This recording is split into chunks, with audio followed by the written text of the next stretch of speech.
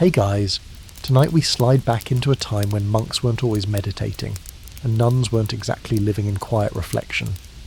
The air is thick with candle smoke and unspoken sins.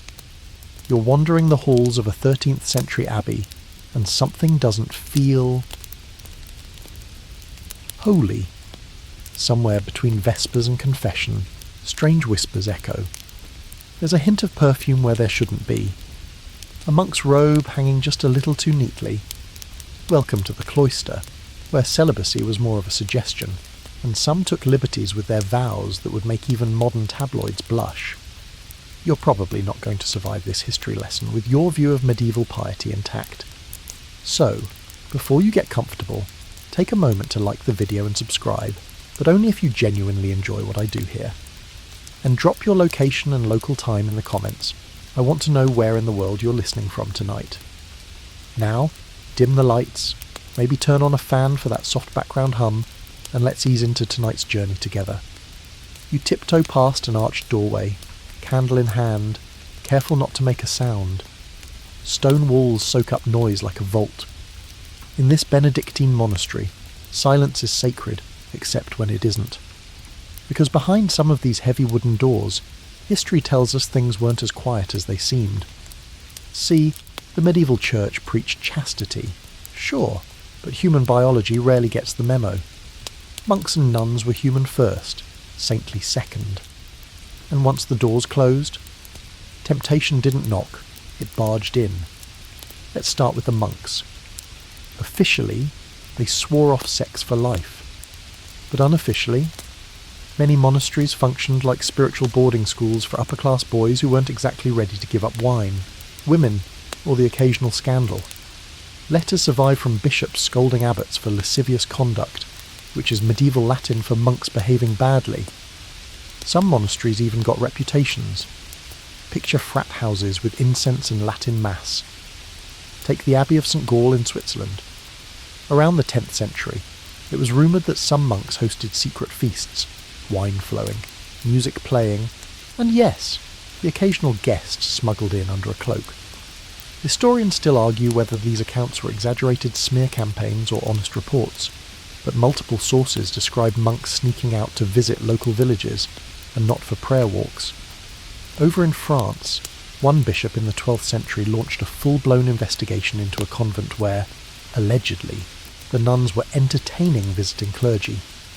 The scandal became so widespread that entire convents were shut down, only to be reopened later with new rules, like never allowing male confessors under 40. Apparently, hot young priests were a risk factor.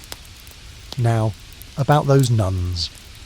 Popular culture paints them as either serene or sinister, but medieval records show something far more chaotic. Some orders, like the Poor Clares, were strict to the point of obsession. Others, a bit more liberal behind the scenes.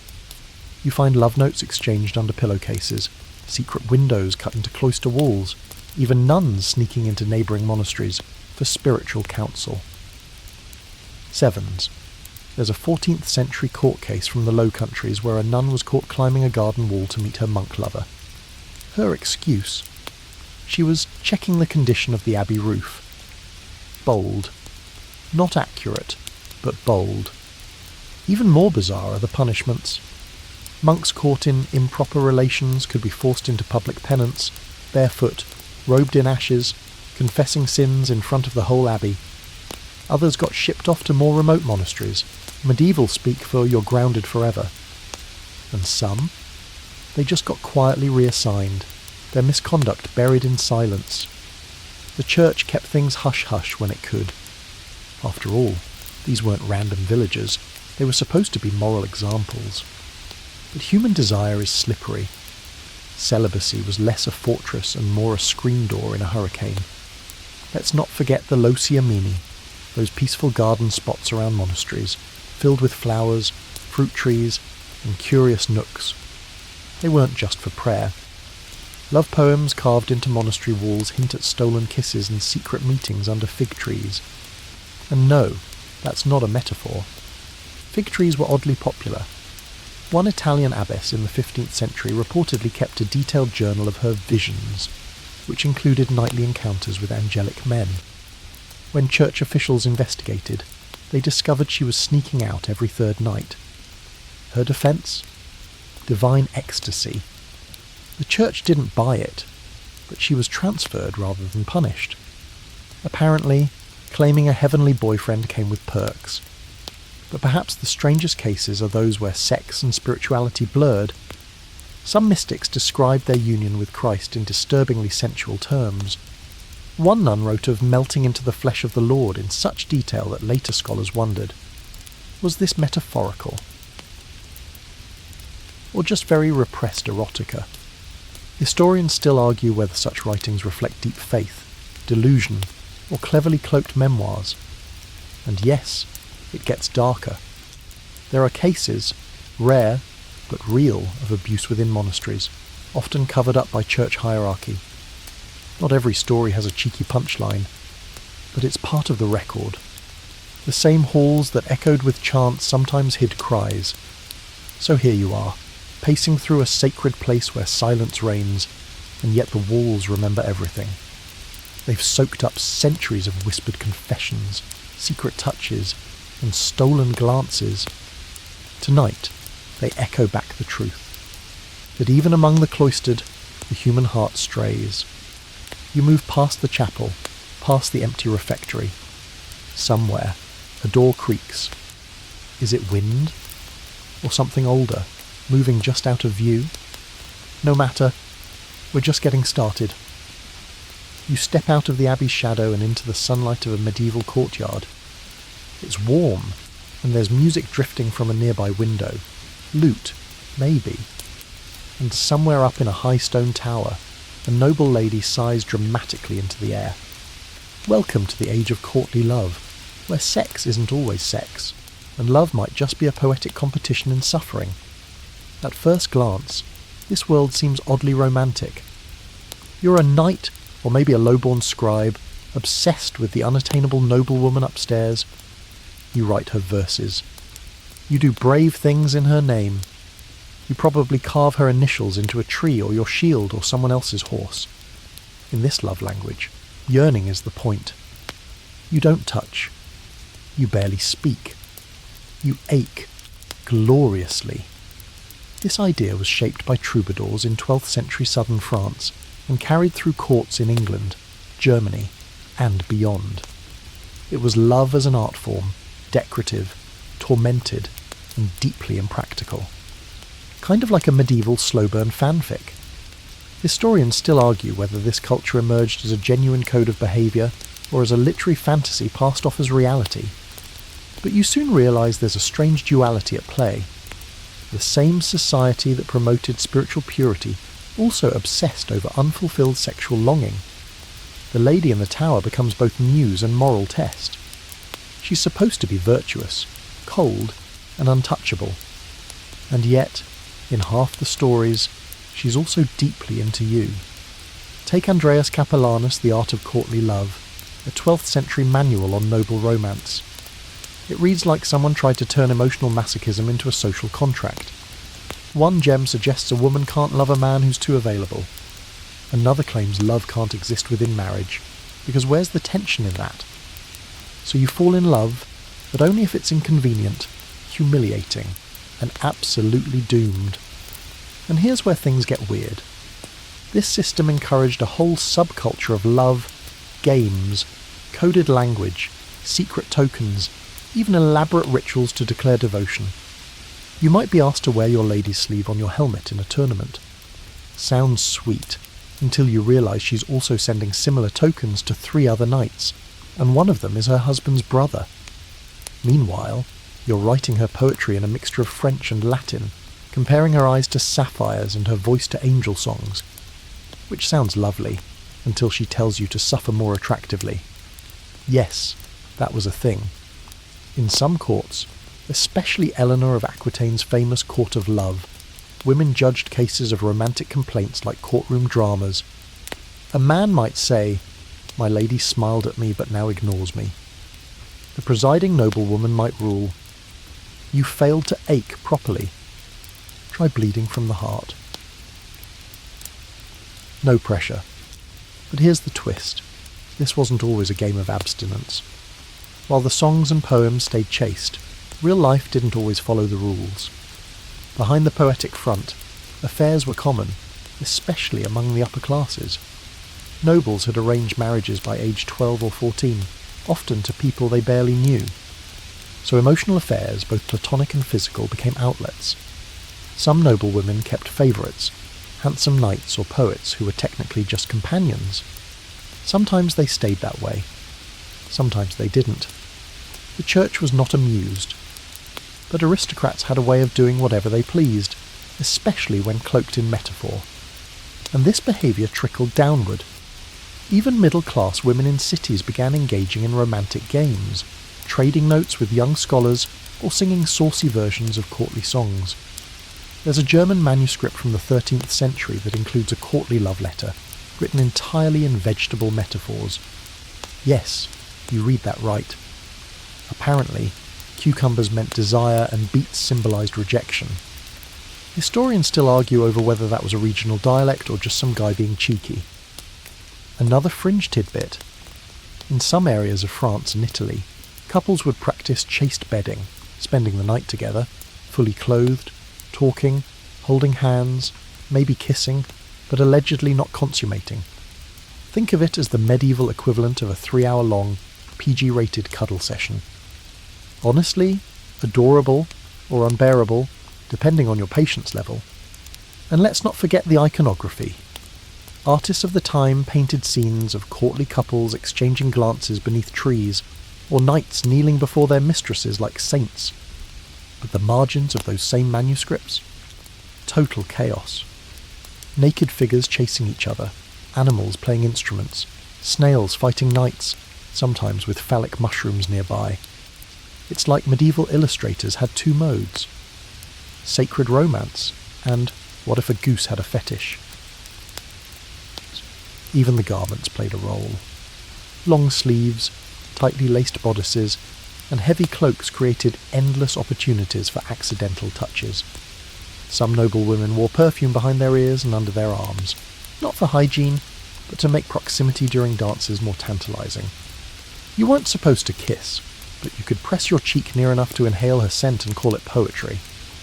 Of course, not everyone found this charming. Some moralists ranted that courtly love was just a gateway drug to adultery. One monk claimed it made men soft and weak in the knees, which, to be fair, might have been the point. So here you are, caught in a system where love is glorified but sex is taboo, until it isn't. You're writing songs for a lady you can't touch, while wondering if her servant is sneaking love notes back and forth to 5 other men. You compete in tournaments not just for glory, but to impress someone who'll never publicly acknowledge you. Unless, of course, she does, and then everything spirals. Your fingers are ink-stained. Your heart is in ruins. Your poetry is, honestly, not bad. But deep down, you're hoping for more than just a polite nod at the feast table. And once the feast ends, and the music fades, and the castle halls grow dark, well, let's just say more than one knight lost his honour under the guise of sacred longing. The castle gates close behind you, but you've still got that lovesick look on your face. You think maybe a walk will help, something to clear your head and, well, cool you down. But then you spot it, hanging behind glass in a small museum room, polished and smug. A chastity belt. Thick iron, medieval looking, complete with a lock and very little airflow. And suddenly you're wondering, was that really a thing? Let's set the mood. It's the 14th century. You're a nobleman about to ride off to war or a long pilgrimage. Your wife, beautiful and very much stuck at home, is left behind in a world where temptation is everywhere and faithfulness is optimistic. So, naturally, you decide to strap a locked metal undergarment around her waist and take the key with you. That's the classic image, right? Except, brace yourself, that image might be total nonsense. Historians still argue whether medieval chastity belts were real or Renaissance-era propaganda. The earliest actual belts that survive today? Most are from the 16th century or later. and many are clearly fakes made for curiosity cabinets, or 19th century museum hoaxes to shock prudish Victorians. But you're here for the idea, and that idea. Oh, it had legs. The concept of chastity belts appears in 14th century satirical poems and medical texts. There's even an Italian drawing from around 1405 that shows a metal contraption locked around a woman's hips, with the note, "Wear this well, my lady." Was it a joke? A warning? A commentary on trust, or lack thereof? Hard to say. But what's clear is this. The idea of controlling female sexuality by physical means wasn't exactly fringe. Even if full metal undies were rare or non-existent, symbolic restraints were real. Some husbands left their wives with locked rooms, literal bodyguards, or even intrusive tests of honour. In certain regions, it was common for women to swear elaborate oaths of fidelity before church altars, sometimes while touching relics. Others were threatened with spiritual punishment. If you stray, may St. Barbara close your womb? Yeah, no pressure. And then there's the other side of the myth, the belts for men. That's right. Some stories describe contraptions used to prevent male self-pleasure. One 15th century German device allegedly involved a spiked ring with a bell attached. Move the wrong way, and, well, let's just say the neighbours would know. Whether or not these devices were actually worn, debate continues, but they sure got talked about. What's undeniable is the fear that fueled the chastity belts legend. In a society where lineage, inheritance, and family honour meant everything, controlling a woman's sexuality was serious business. And if that control involved mythologized devices that symbolized total ownership, so be it. Of course, the irony is delicious. While men obsessed over guarding their wives' virtue, they weren't exactly wearing metaphorical belts themselves. Male infidelity was often shrugged off. There are documented cases of nobles fathering half a dozen children out of wedlock while demanding their wives remain spotless paragons. The double standard didn't even pretend to hide. Back to the belt. If anyone did wear something like it, it probably wasn't for years at a time. Think hygiene. Think infection. Think rust. And no blacksmith in his right mind would hand-forge one of these and expect a good Yelp review. One surviving belt in a museum in Florence actually has air holes in artistic shapes, functional and fashionable, or a prank by a horny artisan.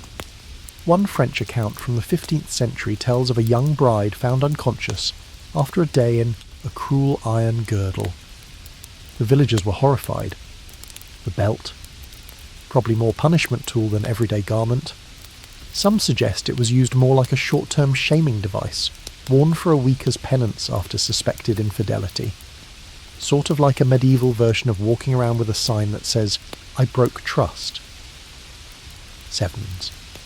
There's even speculation that a few of these devices were actually used during sex, painfully, which would make them less about chastity and more about domination.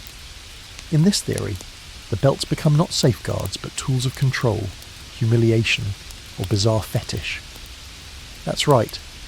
Even in the medieval imagination, things got kinky. Fringe detail?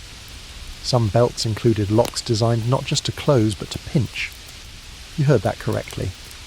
Whether real or imagined, those locks were symbols of both possession and cruelty. They told a story. You're mine, and I don't trust you.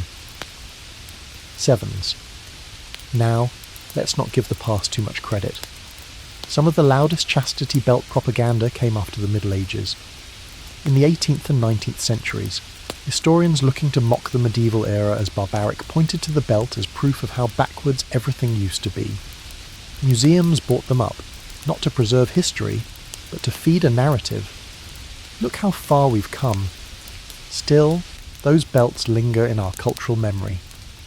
You see them in cartoons, comedy sketches, Halloween costumes. But the real story is more nuanced and darker. It's less about medieval mechanics and more about fear, control, and obsession with purity. So now you're standing there, staring at that iron contraption. It's small, cold, and weirdly intricate. You imagine trying to walk in it, sit in it, live in it. You wince. Then you remember, in some ways, the belt was never real, but the fear that built it, that definitely was. You head back into the daylight, rubbing your temples. Love hurts. But medieval trust issues, those hurt way worse. You wander deeper into the market streets now, eyes darting past spices, ribbons, and goat cheese, when something odd catches your gaze. A small wooden stall lined with neatly trimmed hairpieces, except these aren't for the scalp. Welcome to the strange and fuzzy world of merkins. The pubic wigs of the medieval and early modern era. Yep, you heard right. People were slapping artificial hair down there centuries before razors or waxing strips were even a thing. And the reasons? Not what you'd expect. Let's start with the practical. You're a sex worker in 15th century London. Business is booming. Sort of. The Black Death thinned the competition, and your services are still in high demand. But now there's a problem. Lice. Not head lice. The other kind. And shaving. That becomes an early solution. Only shaving wasn't subtle, and clients started associating hairlessness with disease, specifically syphilis, or the French disease as it was bitterly nicknamed across Europe. Fun fact, the French called it the Neapolitan disease. Nobody wanted ownership. So what do? You slap on a wig, a merkin, to hide the bald truth and keep business. Growing. Historians still argue whether merkins were commonly worn in the actual Middle Ages or whether their real heyday began in the early modern period, but the roots of the practice go back far. In some brothels, they were considered standard issue, like an apron in a bakery, not just for covering up disease or shaving, but sometimes to impersonate youth or enhance desirability. Creepy? Yes. Common? Possibly. And the materials? Well, human hair was the gold standard, but horsehair and wool were also used. Some merkins were dyed in dramatic colours, reds, golds, even blue for the fashionably bold. The German brothel ledger from the 16th century references dyed underwigs as part of a working woman's tax-deductible tools of trade, which raises the very modern question. Can you expense a merkin? But it wasn't just for the sex trade. Aristocratic women had their reasons too. You're a noble lady with a horrible rash, because personal hygiene in the 1300s was a gamble. You shave to treat the problem, but modesty and status demand the illusion of perfection. A finely made pubic wig becomes not just a patch, it's a performance. A statement. You're whole. You're proper. You're not diseased. Probably. There are fringe tales, too. One old Venetian diary suggests that courtesans used jewelled merkins for seduction. Yes, jewelled. Tiny pearls, delicate embroidery, even miniature bells. Subtle? Absolutely not. But in an era where erotic art still clung to symbolism, these accessories said what words couldn't. Desire me. They jingled. Just not too closely. Sevens. And there's more. Some ecclesiastical records mention priests advising women to wear false hair to guard the eyes of men when using public baths. Now, whether this was about modesty or temptation suppression is unclear. But the church, as always, had opinions. You couldn't win either way. Too much hair? Sinful? Too little? Suspicious? Even artists got in on the act.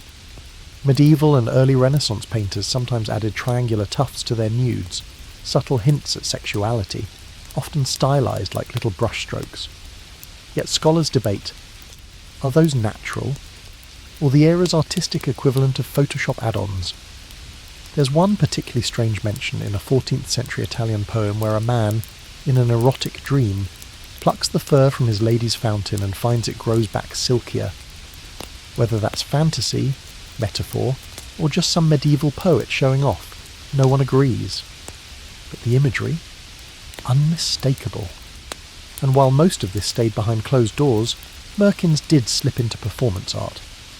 Early street theatre, especially the bawdy stuff frowned upon by the church, sometimes used costume wigs down below, part shock, part humour, part social commentary. In one infamous Dutch skit, a nun loses her habit in a gust of wind, revealing not just flesh but a bright red merkin, eliciting gasps and scandalised laughter. The crowd loved it. The church, not so much.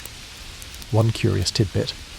Some travelling doctors sold virginity restoration kits that included a pale blonde merkin, sold as a way to recreate a youthful illusion for nervous brides. Whether anyone bought this with a straight face is uncertain, but the sales pitch alone deserves an eye roll. And yes, there were whispers of noblemen collecting the merkins of their lovers. Trophies, they called them. Keepsakes. Tied with silk ribbons, stored in little velvet boxes. Imagine being that guy, boasting to your peers while pretending your beard didn't itch from the powdered wig you wore up top. Fast forward, and you realise the merkin's legacy didn't die. Centuries later, it returned, stage and screen, burlesque and film sets, even high-fashion runway shows. But its medieval roots, pure survival and deception, a workaround in a world obsessed with purity but terrified of real bodies. So here you are, staring at this small, fur-tufted triangle on a wooden stand, somewhere between curiosity and discomfort. You wonder, who wore it? Why? Did they laugh as they tied the strings, or sigh with shame? Was it freedom, or just one more mask in a time full of them? As the wind picks up in the market square, you step back, mind swirling with the image of lace and velvet, horsehair and glitter, and you whisper to yourself, half amused, of all the medieval relics I expected, that wasn't one. You find yourself slipping into a dim alcove of an old library, the air thick with the scent of leather bindings, mildew, and secrets. The candlelight flickers across faded pages as you ease open a heavy manuscript, illustrated, of course. And what you find is confusing. One figure is caressing what might be a thigh. Another is either a donkey or an angel. There's definitely a naked man jousting with his own anatomy. Welcome to the delightfully awkward, often unhinged world of medieval sex manuals. Before you get too excited, remember, these weren't manuals the way we think of them today. You're not flipping through a how-to guide with neat diagrams and step-by-step instructions. These books were messy blends of theology, medicine, superstition, poetry, and the occasional doodle that really makes you question the artist's home life. Still, they existed, and for their time, they were shockingly bold. You start with the Secretum Secretorum, the Secret of Secrets, a 12th century Latin text attributed to Aristotle. Falsely, of course, dead philosophers were very popular ghostwriters. While much of it deals with kingship and moral behaviour, tucked between the lectures are passages on aphrodisiacs, the moisture of love, and techniques to awaken the humours of Venus. No diagrams, just vibes. Then there's the Trotula, a set of medical treatises written in 11th or 12th century Salerno, Italy, likely by a female physician.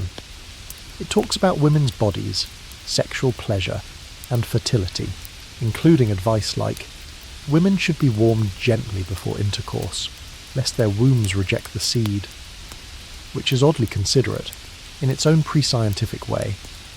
And scattered across Europe were other texts, part medicine, part erotica, part nightmare fuel. A German manuscript advises men to eat roasted hedgehog to improve virility. A French one says snails in wine stir passion in the loins. A 13th century Welsh poem tells of a man who gained stamina by wearing a hare's foot in his underclothes. Historians still argue whether these prescriptions were ever followed, or just jokes that somehow got preserved for 800 years. And now we can't unread them. Then there's the imagery. Oh boy. Medieval marginalia, the art stuffed into the edges of illuminated manuscripts, became a secret playground for frustrated scribes and illustrators. While the central text might be a sombre religious tract, the margins are pure chaos, A man kissing a tree that has legs, a nun embracing a disembodied tongue, and at least one naked knight doing battle with a giant snail, because why not? One 14th century English manuscript features what appears to be a couple in bed, with a dog watching disapprovingly from the corner. Another shows two monks with exaggerated anatomy jousting, their weapons colliding mid-air. It's unclear whether these were satirical, cathartic, or just the result of too many nights without daylight. Even the Roman de la Rose, a popular 13th century French poem turned graphic novel of sorts, walks a fine line between the poetic and the porny. You follow the narrator's dreamlike journey through a metaphorical garden, in pursuit of a single rose. Yes, it's a metaphor for exactly what you think. Along the way, he meets Lady Idleness, Fair Welcome, and a character literally named Sweet Talk. The climax, pun intended, is both literary and explicit enough to be banned centuries later. And that goat? Right, almost forgot. Some texts reference animals in ways that make you back slowly out of the room. Allegories? Maybe. Misunderstood bestiaries? Possibly. Evidence of very confused copyists? Highly likely. But not everything was naughty just for fun. Some manuals tried to strike a balance between morality and sexuality. You were supposed to use sex to produce children, sure, but also to strengthen marital bonds. Lust within wedlock, as one bishop put it, is like fire in a hearth. Controlled. Contained. And if you happen to burn the whole house down, well, that's between you and your confessor. And let's talk about those confessors. In some parts of Europe, priests were instructed to ask very specific questions during confession. Have you lay with your spouse in the light? Did you enjoy it too much? Was the union for pleasure, or only for procreation? Suddenly, it wasn't just what you did, it was how you felt while doing it. Lust was sin, even in marriage, if it got too spicy. But no one ever defined too spicy. Convenient, no? So, naturally, people turned to books, whispered about, hidden in trunks, borrowed from apothecaries, and often hand-copied with little additions. A scribe might slip in a new herbal recipe or a racy joke, or a crude little sketch. There's a reason many surviving sex-related manuscripts are one of a kind, and don't assume it was just men reading these. Educated women, especially in merchant or noble households, had access to personal libraries. Some even commissioned custom works, collections of love poetry, erotic allegories, and astrological sex calendars. Yep. People planned their romantic nights based on star charts. Do not attempt coupling while Mars is in retrograde, one chart warns ominously. Some fringe lore? A 15th century text from Prague describes a monk-turned-herbalist who claimed he could determine a woman's favourite position by examining the lines on her palms. Whether he used this skill for matchmaking or other purposes is lost to time. Eventually, many of these manuscripts were seized, banned, or destroyed by reformers who saw them as corrupting filth. But others simply faded, tucked away in private collections or mislabelled in dusty archives. Today, they sit in museum vaults or academic libraries, waiting to shock the next poor intern who opens the wrong folio. You close the manuscript gently, the goat staring up at you from the last page like it knows too much. The candle gutters. You're still not sure what you just read, but one thing's clear. Even in the shadow of the church, under the weight of sin and silence, people found ways to ask, explore, and sometimes laugh about the mysteries of sex. They scribbled awkward drawings. They mixed herbs with hope. They wrote metaphors with just enough plausible deniability to stay out of trouble. And here you are, centuries later, still trying to decode them. You emerge from the library, dazed and blinking, like you've time-travelled back into fresh air after a strange fever dream. But don't get too comfortable, because tonight, you're not off the hook. If you lived in medieval Europe, your bedroom habits didn't just stay behind closed doors. They followed you to the confessional, to the pulpit, and sometimes all the way into public record.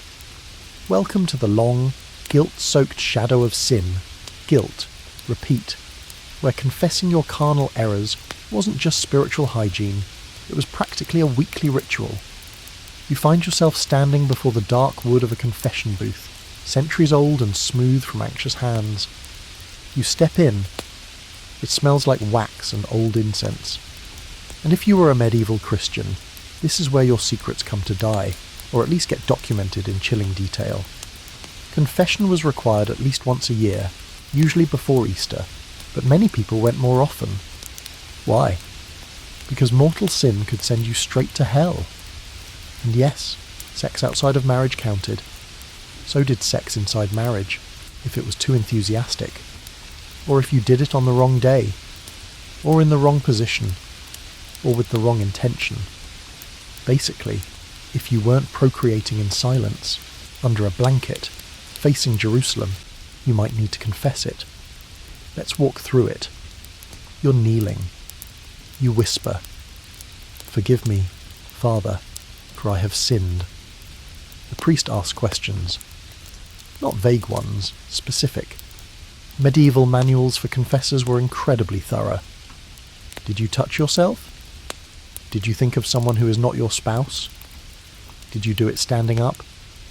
Did you use oil, ointments, or other substances?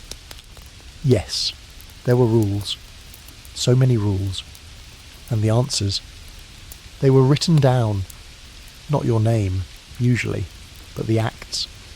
Scribes kept lists. Chroniclers tallied up sins of the flesh like tax returns. In some towns, patterns emerged, entire parishes with reputations. Like that one village in northern Italy where, according to a 14th century bishop, the women lie with their husbands atop barrels, and not as is proper.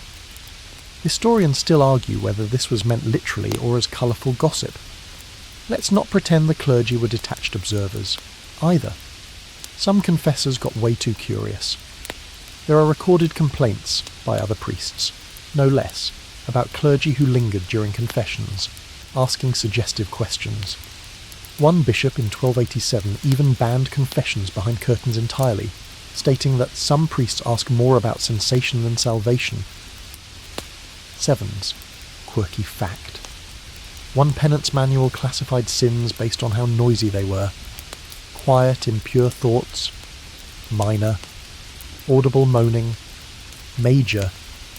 Yelling out names that weren't your spouse's. Eternal damnation with a side of Hail Marys. And if you think women got a pass, think again. In fact, female sexuality was policed harder. Women were grilled about their dreams. Their underwear. Whether they looked men in the eye too long. A French confessor's guide even suggested asking if a woman imagined herself being admired while combing her hair. Yes, that was apparently flirting. Worse still, you could confess to things that never happened, just thoughts, dreams, or imagined feelings. Lust in the heart was considered nearly as bad as lust in the body. So even if you hadn't touched anyone in months, if your brain took a 5-second vacation during Mass, you owed the church an explanation. And what was your reward for all this honesty? Penance. Some of it mild. Fasting, prayer, long walks barefoot in the cold.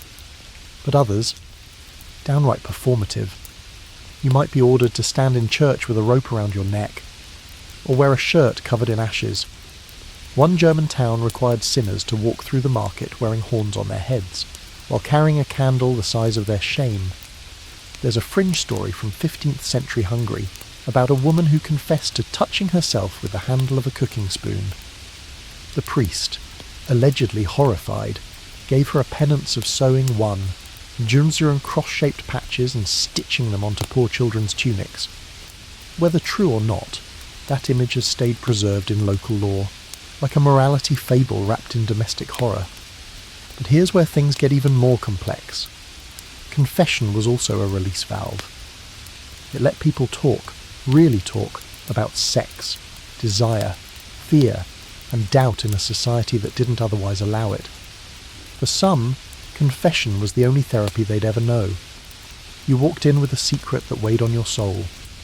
You walked out, at least temporarily, lighter, redeemed, maybe even forgiven. And some priests did listen with empathy. There are records of confessors urging troubled couples to be kinder to one another. One Italian friar in 1362 wrote about reconciling a wife to her husband's roughness, and even suggested that she be allowed to sleep apart when she needed rest. That sounds small now, but back then, revolutionary. Some confessional stories hint at solidarity. A priest in Bohemia noted how many women confessed that they dreaded sex but felt powerless to refuse. He began preaching sermons about consent, centuries before anyone called it that.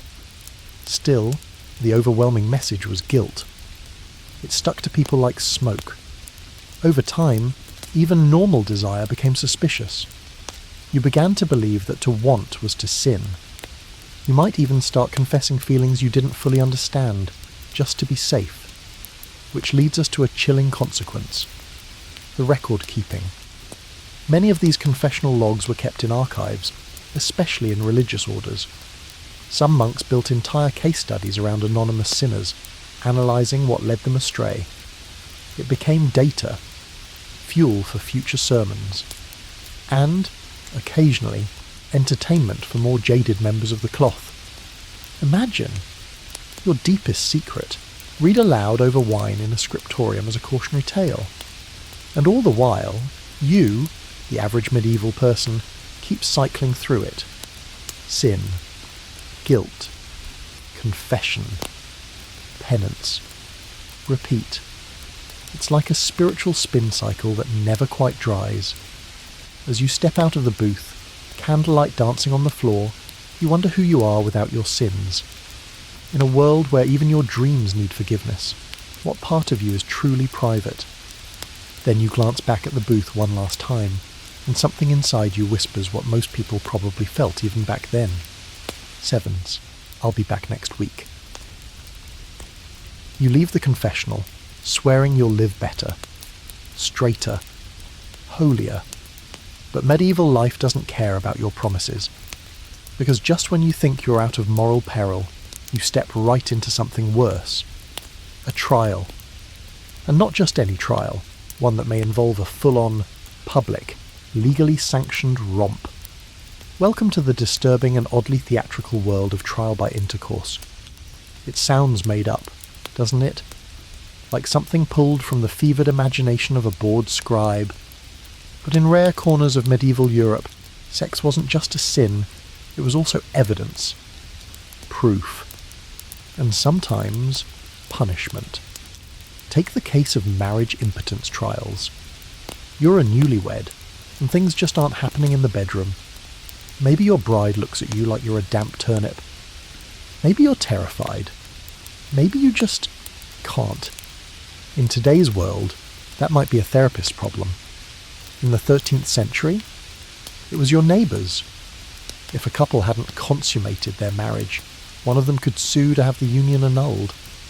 But before that could happen, the court had to know why. So began one of the most uncomfortable legal spectacles imaginable: the congressus carnalis, the physical trial. Here's how it worked. In places like France and England, a man accused of impotence might be ordered to prove otherwise. Not just with a doctor, with witnesses. In some cases, he'd be placed in a warm room, surrounded by midwives and church officials, and asked to become visibly capable. The records are vague, but you can imagine the pressure. Jokes aside, historians still argue whether these moments were intended to humiliate or genuinely help. Sevens. And then there were the more intrusive trials. A couple would be placed in a special bed, under court supervision, and expected to perform. Curtains might be drawn, privacy, after all, but midwives or notaries would remain nearby, listening. Some even claimed to check the sheets afterward for results. You think reality TV is invasive? Imagine being judged on the sounds of your honeymoon.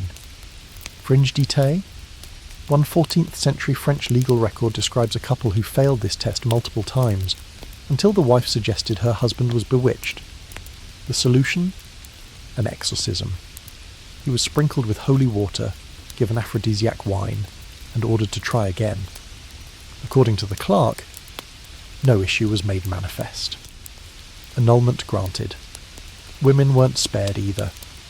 If a husband claimed his wife was closed, or otherwise unnatural, midwives would be summoned to examine her. Sometimes they'd insert symbolic objects, wooden phalluses, small crosses, to prove or disprove obstruction. The invasiveness is difficult to overstate. There are records of women weeping as they begged for leniency, while older matrons coldly documented tightness and resistance.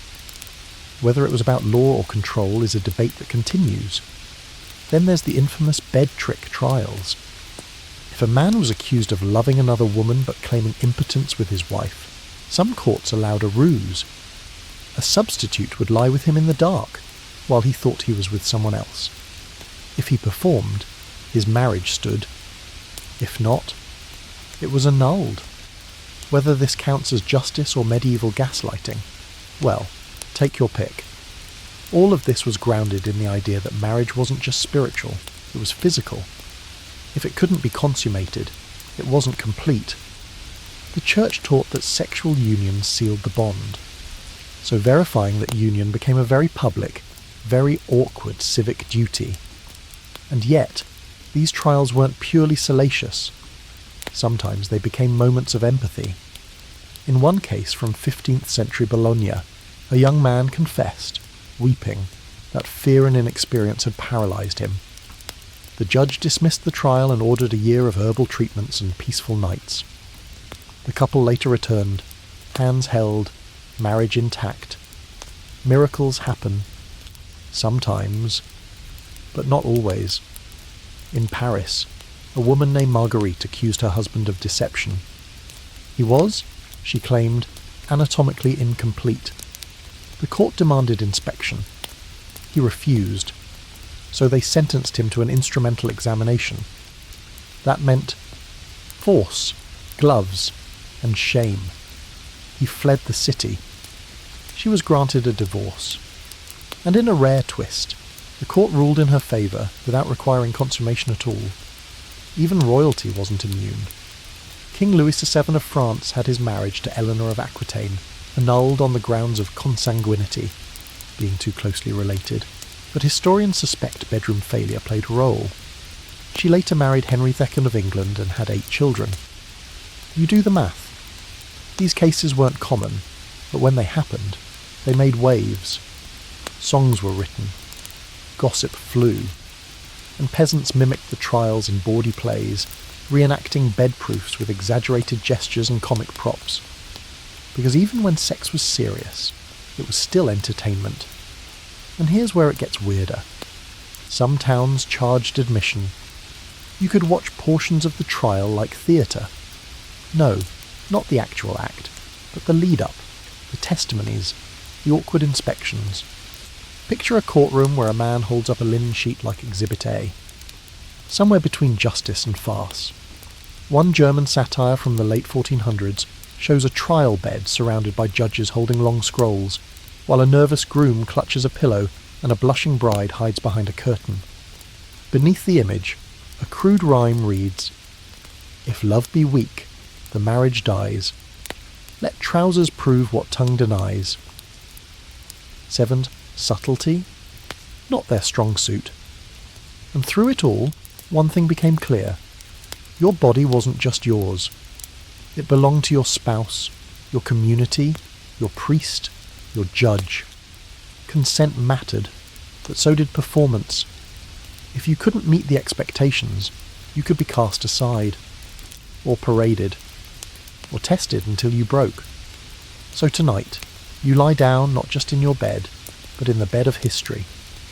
And somewhere behind the stone walls of a long-forgotten courtroom, echoes still linger, the creak of floorboards, the murmurs of witnesses, the pressure of proving you were human enough to love, and strong enough to survive scrutiny.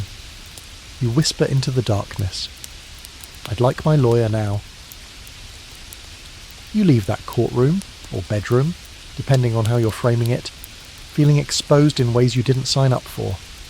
But no time to linger. You hear bells echoing from a convent tower nearby, and your feet carry you towards something quieter, softer. holy, or so you think. Because tonight, you're about to meet a medieval man who's just slipped into women's robes, not as a prank, not for disguise, but for love, lust, or maybe even a divine misunderstanding. Let's talk about cross-dressing for the Virgin Mary. Sounds absurd at first, doesn't it? But in the Middle Ages, gender roles were strictly drawn, and occasionally utterly ignored in private moments of obsession, faith, or desperation. You wander into a convent's quiet garden and hear someone sobbing near the hedges. He's not a nun. He's not even supposed to be here. But he wears a veil, a habit, and he swears he's in love with the Virgin Mary. Yes, this happened. In the 13th and 14th centuries, Europe saw a wave of deeply personal religious devotion, some of it beautiful, some of it deeply strange. For a few individuals, especially men overwhelmed by guilt or desire, this devotion tipped into erotic mysticism. And in some extreme cases, that meant impersonating women to experience the closeness they imagined only a bride of Christ could feel. Historians still argue whether these cases were spiritual performances, sexual fantasies, or early expressions of gender identity. The records don't offer clean answers, just fragments. A journal entry here, a confession there, enough to make your skin crawl with curiosity. In one preserved account from 14th century Bohemia, a monk was found living in a nunnery, disguised as a sister. When questioned, he claimed he'd received visions from Mary herself, who told him that dressing as a woman would bring him closer to her divine essence. He claimed he didn't want sex, per se. He wanted union. He wanted to be loved in the same mystical way she was. Weird? Yes. Dangerous? Also, yes. He was excommunicated and imprisoned, though some argue he may have suffered from religious mania, or possibly just too much time in solitude. Then there are the other stories, less spiritual, more scandalous. In a convent outside Ghent, a nun named Beatrix grew popular for her singing voice, which had a rich baritone quality. Too rich. Suspicion grew. When confronted, Beatrix confessed. He was actually the son of a noble family, smitten with a real nun, and had infiltrated the convent to be near her. The two had been secretly meeting for months.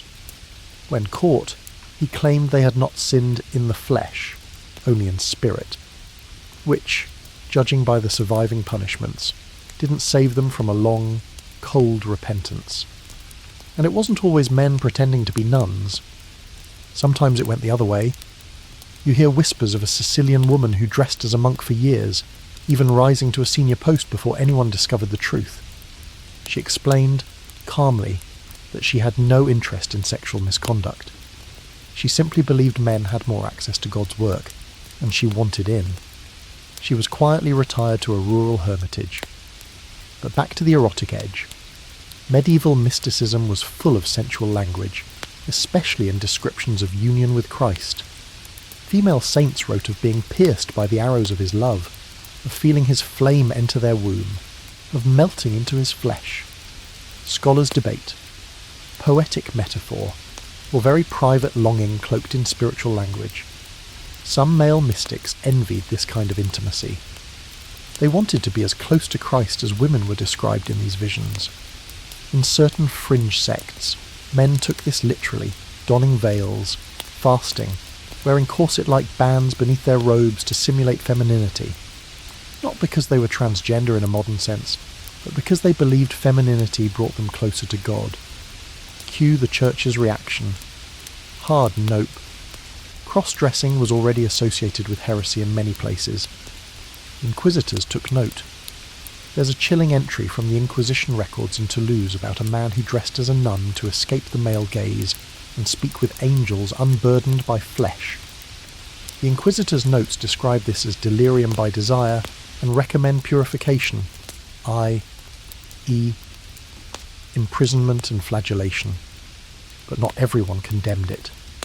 In certain mystic circles, especially among Beguines, lay religious women, gender blurring was seen as symbolic. Some writers suggested that the soul must become female to receive the seed of divine truth. For male devotees, This meant embracing softness, submission, and receptivity, traits traditionally assigned to women. And where there's spiritual vulnerability, desire isn't far behind. In rare poems, you find hints of monks longing not just for God, but for the experience of being desired by God, as women were. One even writes, "If I could bear myself as Mary did, perhaps he would enter me also." That's not subtle. That's theological thirst.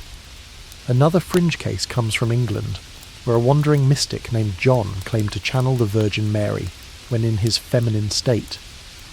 He wore white robes, kissed pilgrims on the cheek, and claimed he could purify them with touch. Some towns welcomed him. Others threw him out. Eventually, he vanished. Whether into sainthood or scandal, no one knows. And through all this, you realise, the line between sex and sanctity in the Middle Ages was often paper-thin. One moment, you're worshipping purity. The next, you're draping yourself in linen and whispering love songs to a vision in blue. Was it sincere? Was it suppressed desire? Was it performance? The answer, frustratingly, might be all of the above. As the convent bells fade into the distance, you glance down a quiet corridor and imagine the rustle of robes, the creak of old wood, and someone alone, draped in candlelight, whispering prayers, or maybe just their own name, spoken sweetly, in a voice not quite their own. The convent walls fade behind you, replaced by dirt roads and open fields, the sun dropping low as you follow the trail of pilgrims heading toward a distant shrine. They walk slowly, some barefoot, some chanting. But not all are here to pray. No, some are here for something else entirely. Because tonight, you're making a stop at a sacred destination where bodies don't just kneel, they mingle. Welcome to the curious intersection of holiness and hedonism. Erotic pilgrimage pit stops. Now, to be clear, not every pilgrim was on the prowl. Many were genuinely devout, travelling for healing, forgiveness, or penance. But where people gather, commerce follows. And where commerce goes, desire never lags far behind. You arrive in a bustling medieval town built around a shrine, maybe Santiago de Compostela in Spain, or the cult of Saint Foy in France. The place is packed. Vendors shout, children weave through the crowd, and there's a line outside the inn that stretches all the way past a man carving wooden saints next to a suspiciously well-stocked ale tent. And you start to notice things. A few of the pilgrims look a bit overdressed. Fancy jewellery. A bit too much perfume for a 30-day barefoot walk. You spot someone winking. Someone else leaning against a chapel wall, humming and swaying just a little too rhythmically. This isn't just spiritual uplift. It's the medieval version of Vegas, minus the electricity but with way more relics. You overhear two travellers talking, not about the shrine, but about the company they kept last night. A local girl, a foreign widow, a merchant with miraculous hands. And you realise that, for many, pilgrimage was also the one socially acceptable reason to leave town. No one questions where you went, or who you met. You're away from your priest, away from your spouse, anonymous among the crowd, and where there's anonymity, things get interesting. Records from the 13th and 14th centuries mention taverns springing up near pilgrimage sites, sometimes dozens within a mile radius. One bishop in England complained that Canterbury had more brothels than beds for prayer. That's not an exaggeration. In some towns, sex work was so intertwined with pilgrimage culture that local laws were drafted specifically to manage sinful distractions near holy sites. Fringe tidbit? At Mont Saint-Michel, there's a record of a certain innkeeper's daughter who allegedly offered a blessing to male pilgrims in the form of discreet company. Her nickname? La Petite Sainte. Ironic, yes, but not uncommon. Even some shrine wardens allegedly turned a blind eye, so long as donations flowed and scandals didn't make it to the bishop's ears. And those relics? Don't even get started. Some were believed to enhance fertility or sexual vitality. Touching the bones of St. Vitalis was rumoured to wake the dormant seed. You'd see men lingering by the reliquary, looking nervous. Some left offerings. Others slipped in herbs, locks of hair, or, awkwardly, a pair of underclothes.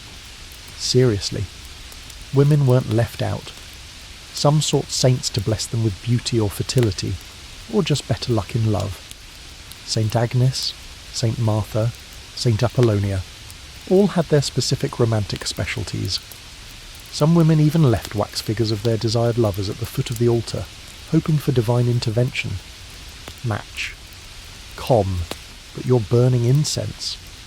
And if you couldn't get divine help, you bribed someone. That's right. Romantic intercession. Pilgrims with money could pay friars to say prayers for the success of night relations. One French document even includes a receipt for 3 Hail Marys and 1 candle for the binding of a partner's affection. Effective? Questionable. But it's still less desperate than texting your ex at 2 Sevens. Then there's the music. Pilgrimage towns often hosted fairs, and those fairs brought minstrels, dancers, and travelling performers, many of whom weren't shy about mixing song with seduction. A lute player might charm a crowd in the square, then charm his way into someone's tent by nightfall. And what about the church's take on all this? Mixed, to say the least. Some clergymen condemned it outright.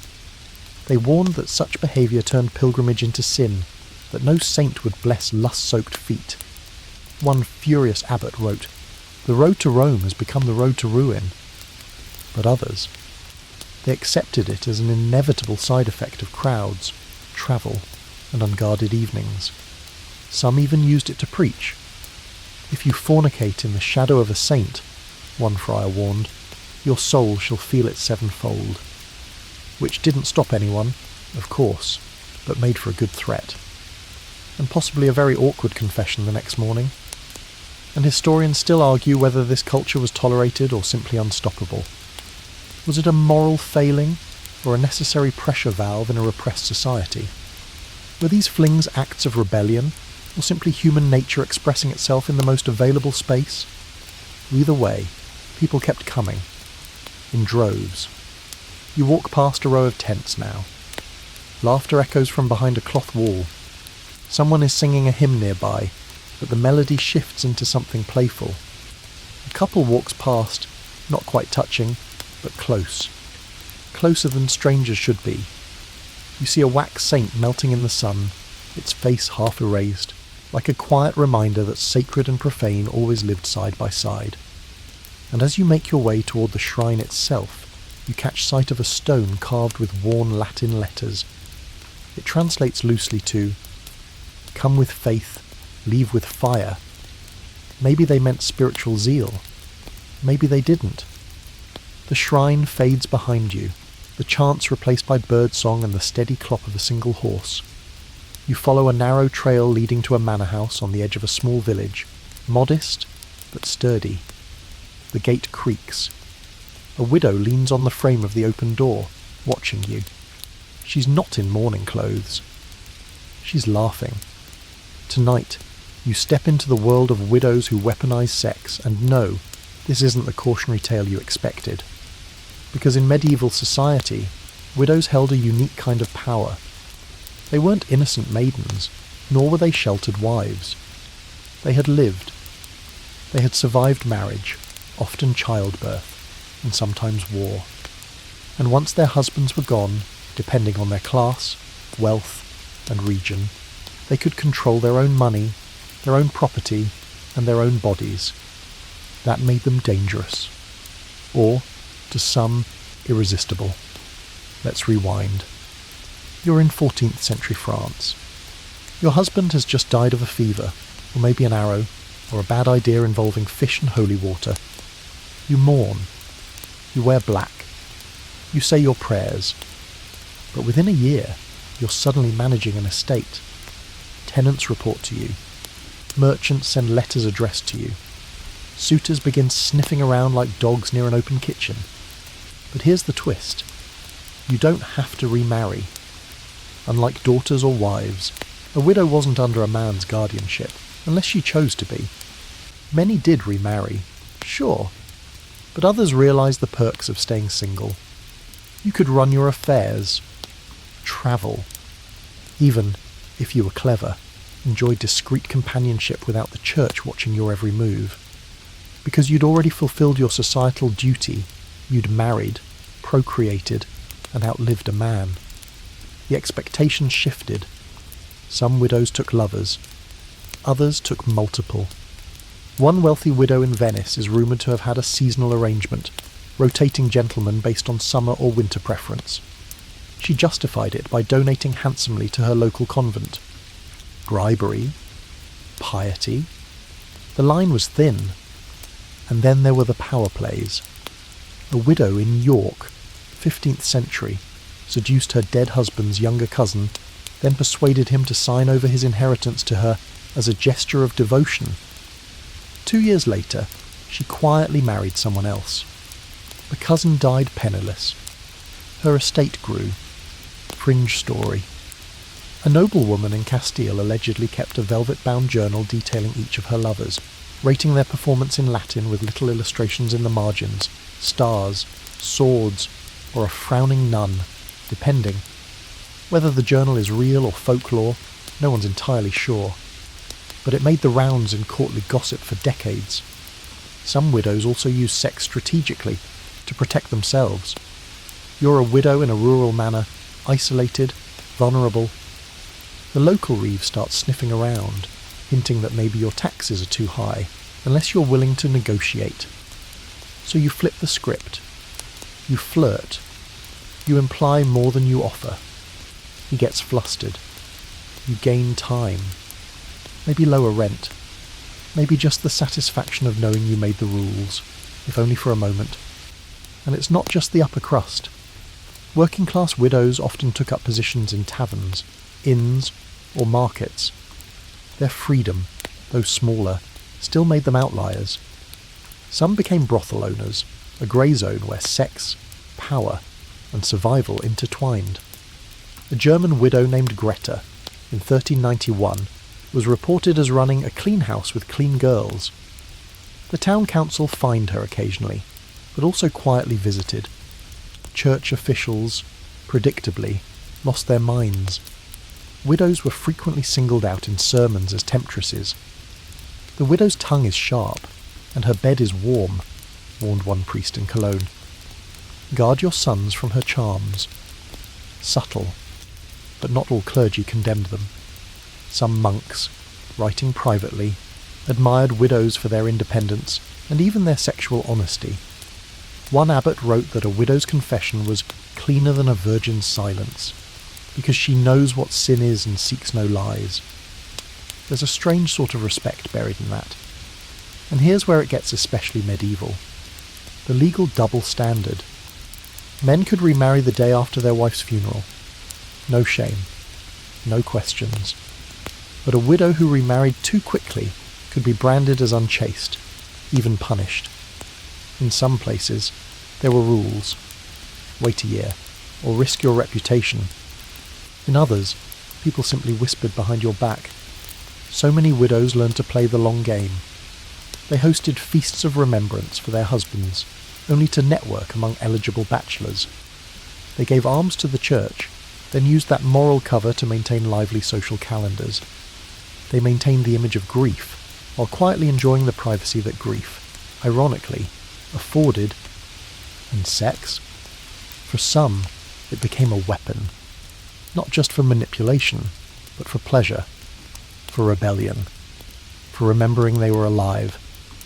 Because in a world where your body had never truly been yours, not as a girl, not as a wife, widowhood could be the first moment you owned it outright. There's a record from a Flemish widow's trial in 1420. Accused of seducing her servant, she laughed in court. He is 20 and strong.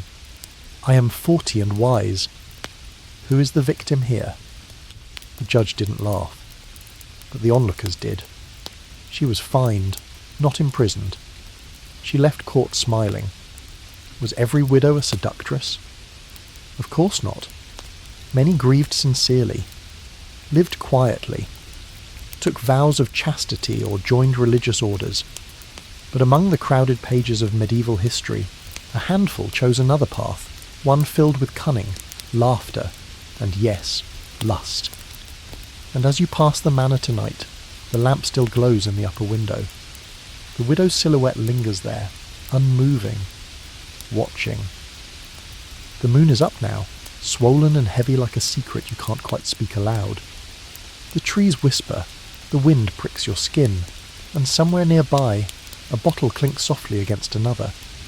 Someone's brewing something strange tonight. You're about to sip from a cup that tastes like honey and rosemary, and regret. Welcome to the murky world of love potions and aphrodisiacs, where desire was bottled, sold, and sometimes deadly. In the medieval world, science, magic, and medicine all blurred together. You didn't exactly pop down to the apothecary for a bottle of mood enhancer Susanine.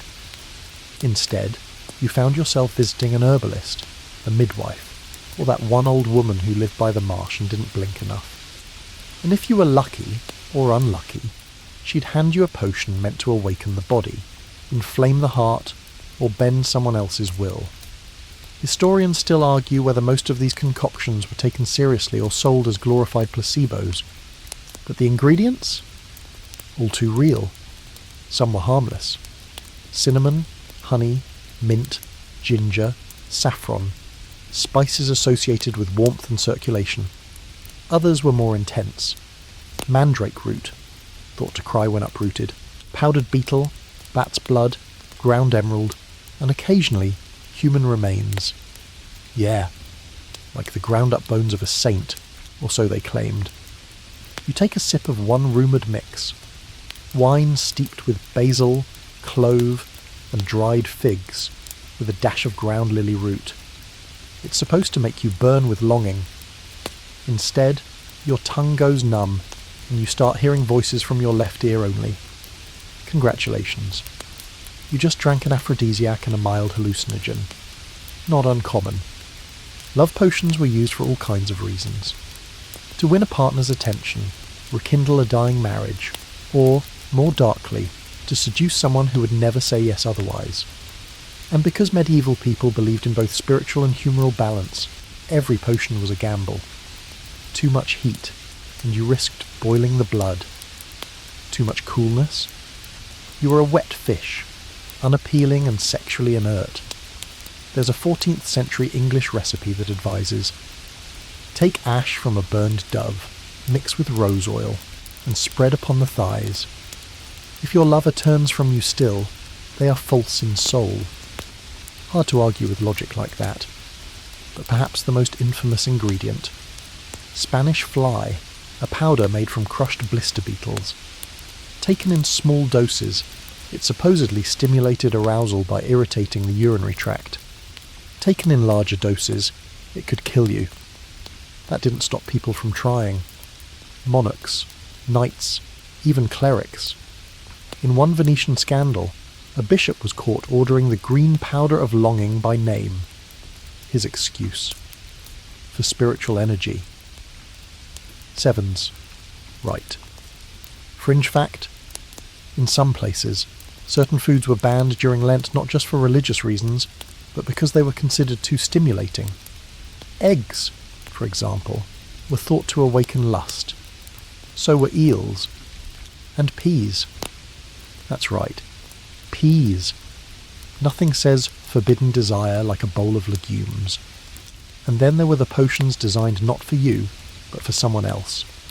One Polish folktale tells of a woman who slipped a loyalty draft into her husband's soup, made of holy water, grave dirt, and boiled nettles. He remained faithful for life, though he also never spoke in complete sentences again. Whether this was a love potion or brain damage is unclear. Some love potions were meant to be hidden, mixed into food, sewn into clothing, or smeared beneath bed sheets. One Catalan guide recommends putting a drop under the tongue, just before declaring your love. Another suggests rubbing it behind the ears, right where your lover might kiss you. Subtle, manipulative, possibly romantic. It wasn't just peasants doing this, either. Royal courts were hotbeds of potion politics. Courtiers hired alchemists to create magnetizing agents for favours. Queens asked for fertility wines that doubled as passion enhancers, and more than a few noble ladies had potions slipped into their goblets by ambitious men with dangerous intentions. Of course, not everyone believed in these things. Some physicians dismissed love potions as superstition. One Parisian doctor even mocked them in a lecture, saying, "If lust could be made by herbs, every cook would be a courtesan," which is a solid burn by medieval standards. But others insisted potions worked, or at least they seemed to, because sometimes belief is enough. You drink something strange, you feel the heat rise, and your brain does the rest. A racing pulse, a fleeting thought, a glance that lingers too long, and suddenly you're convinced you're in love, or that they are. Which raises the biggest question. Was any of it real? Did these brews truly spark love, or just excuse reckless behaviour? Historians still debate whether these potions were more chemical, psychological, or placebo. But either way, they carried weight.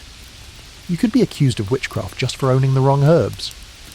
A woman in 15th century Rouen was hanged for selling heart wine that caused a married knight to abandon his wife. The wife claimed enchantment. The court believed her. Others were luckier. In some towns, love potion sellers operated like legal tradesmen, licensed, taxed, occasionally fined for overpromising. You could buy a quick blood syrup for a silver coin, or a blushing wine for less than a loaf of bread. Whether it worked, another matter. And the true victims? Often the ones who wanted to believe most. Lonely women, discarded wives, lovers parted by war or class, people who'd been told that desire was a sin, that love was salvation, and who would try anything to make the two align. You finish your drink and blink hard. Was that tree always smiling? Probably not. But this is the Middle Ages. You might just be seeing what you want to see. And tomorrow, when you wake with the taste of honey and regret still on your tongue, you'll wonder, did I fall in love, or just fall for the fantasy? You wake up under a tree, your mouth dry, your thoughts foggy. Last night's potion left more questions than answers. But today, you follow the sound of chanting. Dozens of voices rising, rhythmic, desperate. And when you get closer, you realise they're not praying. They're whipping themselves. Welcome to the world of flagellants and pain as pleasure, where salvation hurt, and for some, that was exactly the point. It starts as a religious movement. The year is 1349. The Black Death has wiped out a third of Europe. People are terrified, and the church isn't offering enough answers. So groups take matters into their own hands, literally. Men and women form processions, marching barefoot through cities, striking their backs with whips until the skin splits and blood runs like ink down a confession scroll. The idea? Purify the soul through suffering. Make God notice. Make him forgive. But that's just the surface. Because under all that blood and chanting, something darker stirs. Something addictive. You walk alongside one such group, their tunics removed, their backs raw and marked. They chant in unison, faces locked in trance. And some of them are enjoying it. Not smiling, not laughing, but caught in a kind of rapture that feels far beyond religious ecstasy. And this wasn't just suspicion. Contemporary observers noticed too. One monk in Germany wrote of men who whipped themselves, then lingered in pleasure afterward. A nun described the sensation as a fire under the flesh that both punished and comforted. Historians still argue, were these true believers, or were some just finding new outlets for old cravings? Because medieval life was already full of pain. Childbirth, war, disease, every day was a test. But this pain was chosen. It was structured, controlled, and that, in a world where almost nothing else was, made it strangely powerful. You start to understand why it spread like wildfire. Flagellant groups travelled from town to town, drawing crowds like rock stars of repentance. Sometimes 50. Sometimes hundreds. Men, and occasionally women, moved in synchronized loops, swinging their scourges with chilling grace. Blood hit the cobblestones.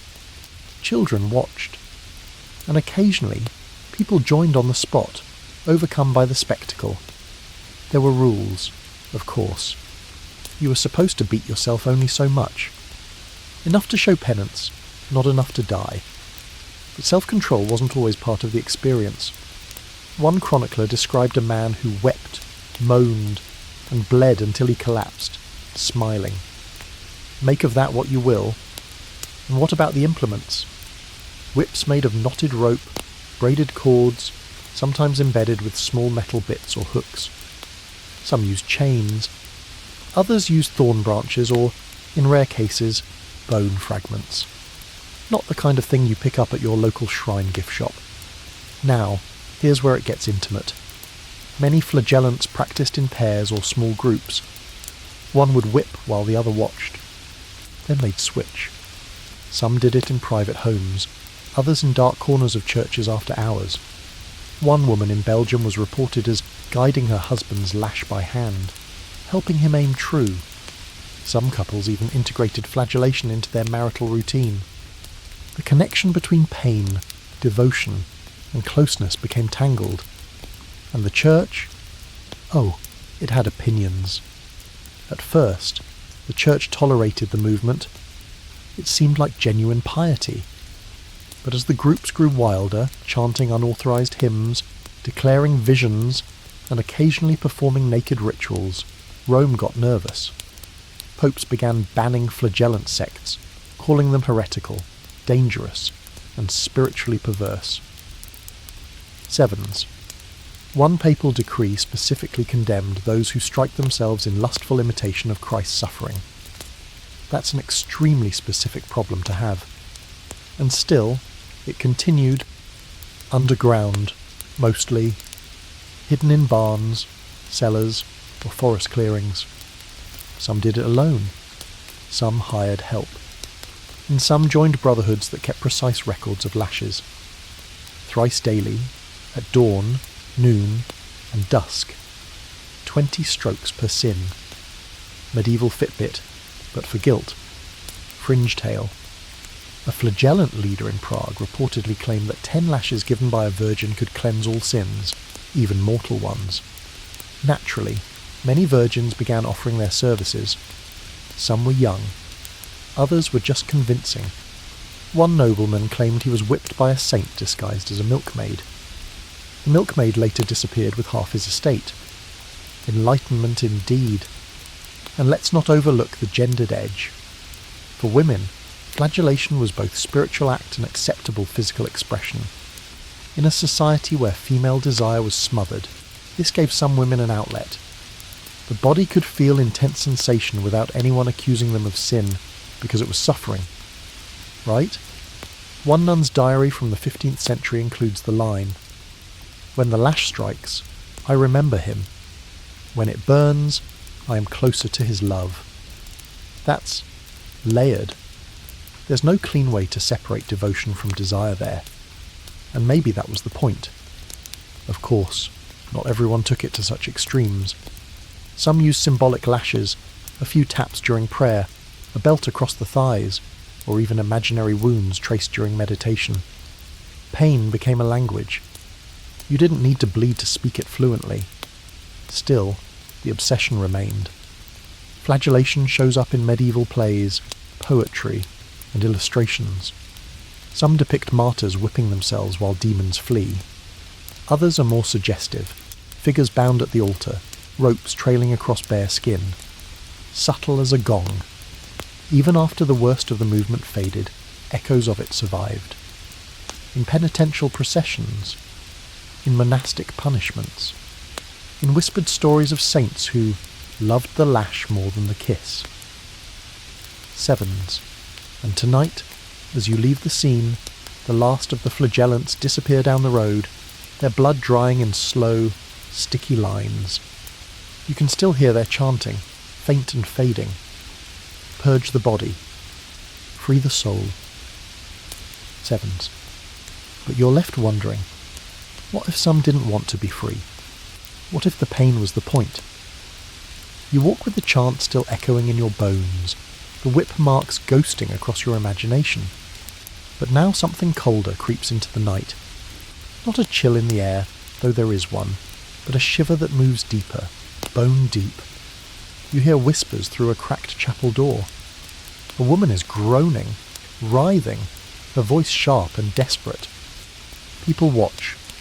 Some pray. Others just stare. And someone says, "She's possessed." 7s. But maybe she's just really horny. Tonight, you step into the anxious gap between ecstasy and evil, when medieval minds couldn't quite tell the difference. Welcome to the slippery world of demonic possession, or just overwhelming desire. In a time when women were meant to be modest, quiet, and spiritually passive, anything that looked like too much energy was suspicious. A woman screaming in church?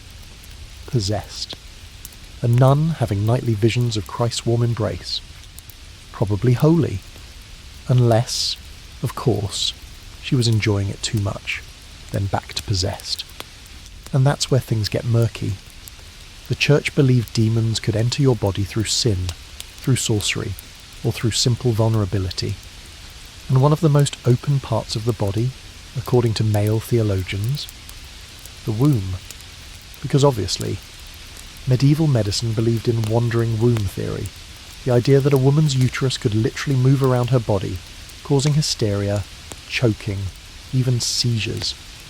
So when a woman shook violently or moaned in ecstasy, it wasn't a panic attack or orgasm. No, it was her womb. Acting up. Or, worse, letting a demon in through feminine weakness. 7s. Historians still argue whether most of these cases were misdiagnosed illness, suppressed trauma, or social rebellion, but the end result was often the same. She was restrained. Take the case of Sister Agnes of Eisleben, 14th century. She was devout, obedient. Then one night, she began sighing and heaving, her voice rising in pitch like a songbird. The convent believed it was divine rapture, until she began describing the arms of an angel wrapped around her thighs. Suddenly, it wasn't holy anymore. They called in a priest. During the exorcism, Agnes screamed, cried out names no one recognized, and clawed her robes open. The records say she spoke in tongues, but one skeptical scribe simply wrote, "She desired much." That was his entire note. There's another account from Paris where a merchant's daughter fell to the ground, rolling in rhythm, shrieking of unseen flames. The priest assumed demonic attack. He read verses over her. But her father, panicking, brought in a doctor instead. The doctor prescribed sleep, wine, and herbs that soothe feminine longing. A few days later, she was fine. Or at least, quiet. Some women were less lucky. If a possessed woman was too defiant or too overtly sensual, she could be imprisoned or burned. One infamous case in Italy involved a widow who claimed the devil licked her feet at night. The church tried to beat the demon out of her. She died within a week. But not all stories ended in tragedy. Some nuns learned to weaponize their visions. St. Catherine of Siena wrote about a mystical marriage with Christ so intense it left her body trembling for hours.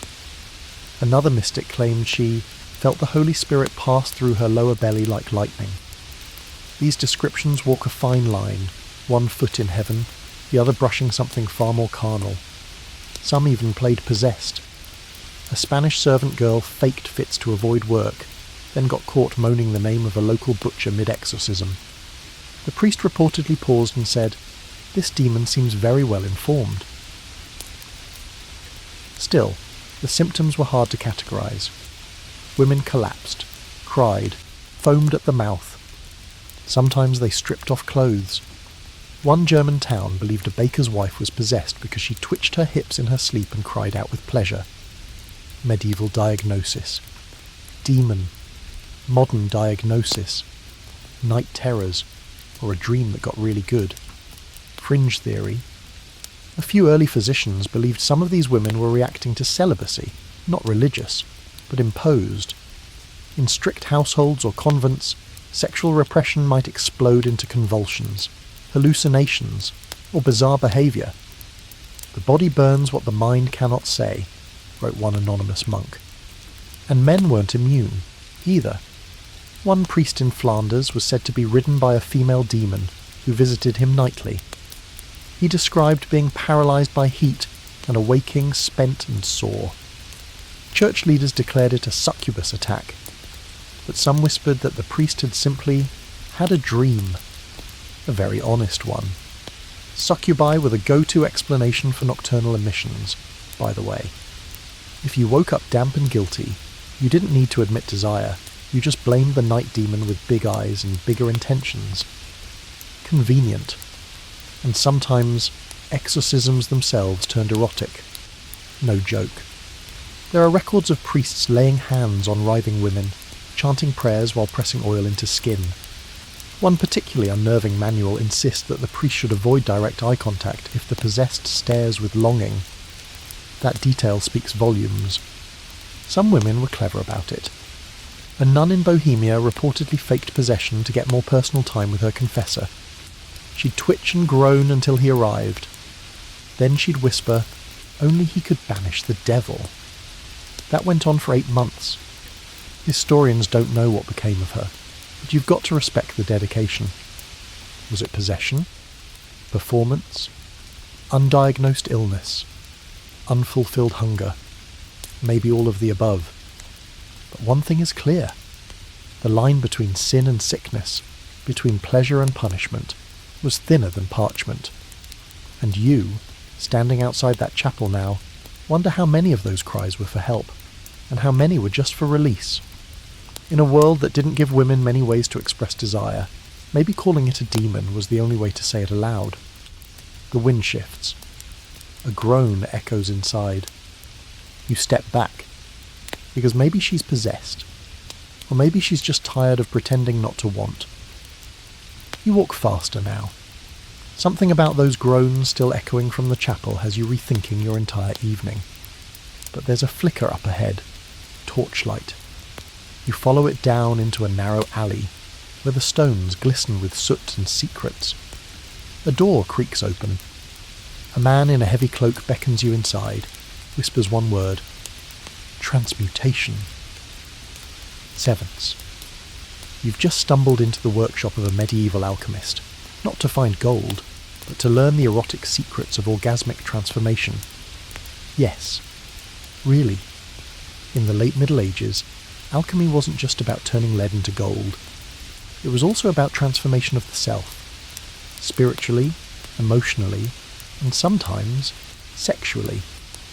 You're in a world where bodily fluids are ingredients, orgasms might open cosmic portals, and the philosopher's stone could be code for something far more intimate. Let's unpack that. Carefully. Alchemists believed that the human body mirrored the universe. The elements, earth, air, fire, water, existed not just outside us but inside. Balance them right, and you could heal. Align them, and you might achieve transcendence. And so, some fringe alchemists theorized that sexual climax was a moment of total alignment, when the body, mind, and spirit all ignited at once. Not just pleasure, transformation, an explosion of life energy that could, in theory, alter reality. One 15th century text from Prague refers to the fire of the fifth gate, described as a moment when the seed of man and the joy of woman converge in perfect celestial heat. Whether that's poetry or chemistry, historians still argue. Others got way more literal. In a manuscript from Cologne, the alchemist known only as Brother Linhart describes a ritual involving prolonged abstinence, fasting, and finally, on the 7th day, a holy union with one's companion, timed with the rise of Mars and the setting of Venus. At climax, both were to cry aloud the name of the unifying angel. Supposedly, this unlocked the ability to create a tincture that cured infertility, depression, and Oddly, dandruff. Science? No. But they believed. And belief makes strange things happen.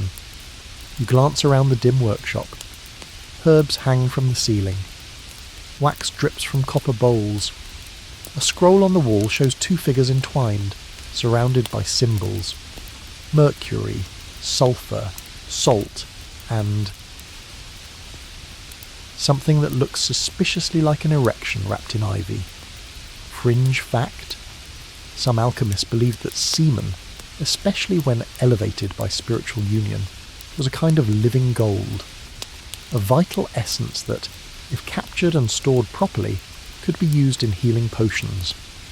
One Italian text recommends collecting it on clean linen, drying it, and grinding it with rose petals.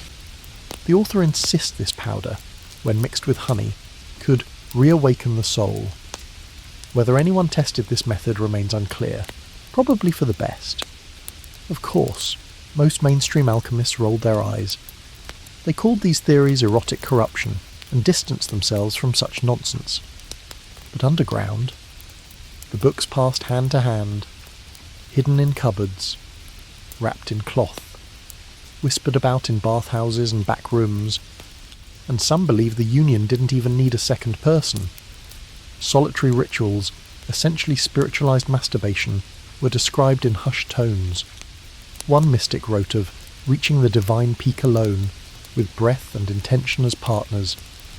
He claimed that, when done correctly, his vision blurred and he saw his own body as pure light. That might have been revelation, or dehydration, or both. There's also evidence of group experiments. Not orgies, at least, not in the usual sense. More like energetic circles. Participants would lie on the ground, breathing in sync, sometimes stimulating themselves while chanting specific alchemical formulas. Supposedly, if enough people climaxed simultaneously, the air would shimmer and time would bend. Again, no peer-reviewed data, just a few woodcut illustrations that are, frankly, unsettling. And the women? Oh, they were part of this too. Some female alchemists, rare but real, wrote about sexual energy as power.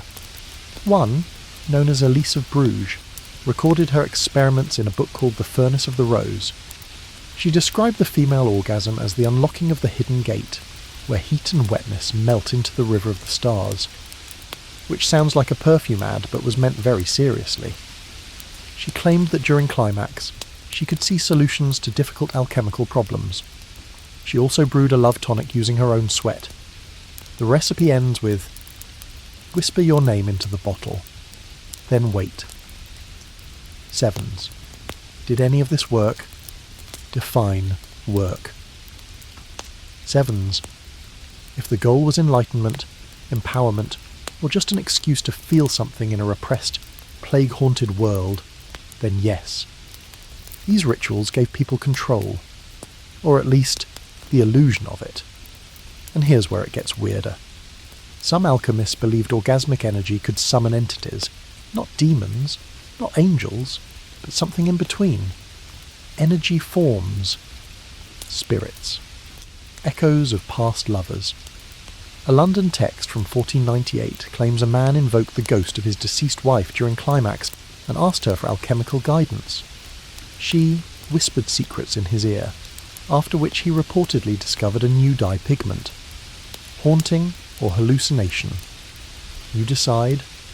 Of course, this entire world was considered heretical. If the church caught wind of your experiments, your workshop could be destroyed. You could be imprisoned, or worse.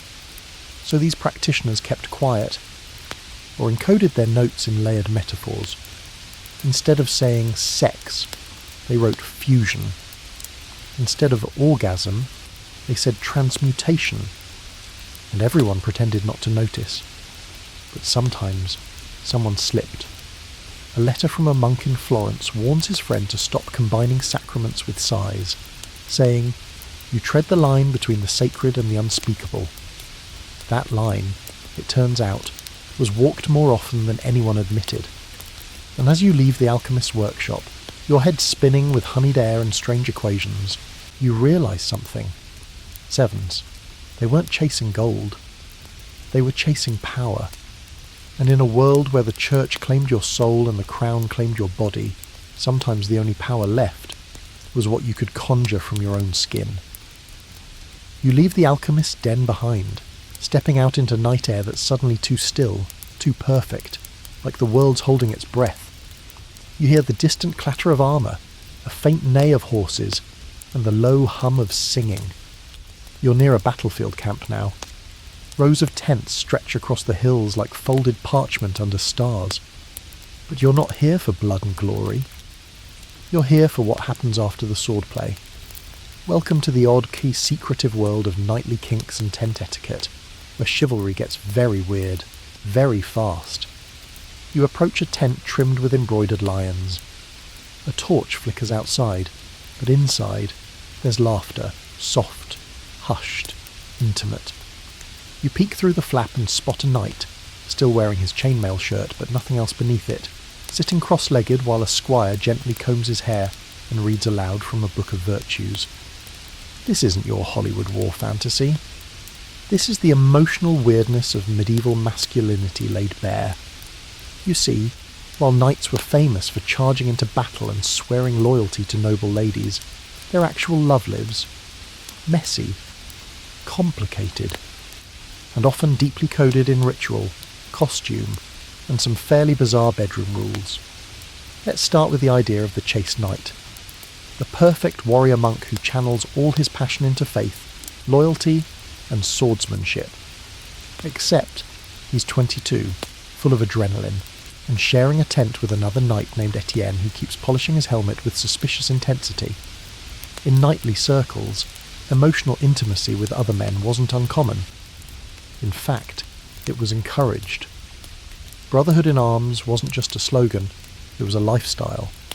Some knightly orders even required pledges of loyalty that sounded, frankly, like marriage vows. In one French order, 2 knights swore to love and protect one another above all others, even unto death. Some historians argue these were just expressions of brotherhood. Others, not so sure. In tent life, it had rules. A knight's tent was his domain, his chapel, his man cave, and, occasionally, his bedroom. It had to be kept tidy, because guests might arrive unannounced. Etiquette manuals from the 13th century include specific tips like: remove your boots before reclining, let no wine stain your furs, speak not of battle while in the bedchamber. Sevens. Yes, there were bedchamber rules. Some tents were furnished lavishly, thick tapestries, feather mattresses, scented water basins. Others doubled as love dens.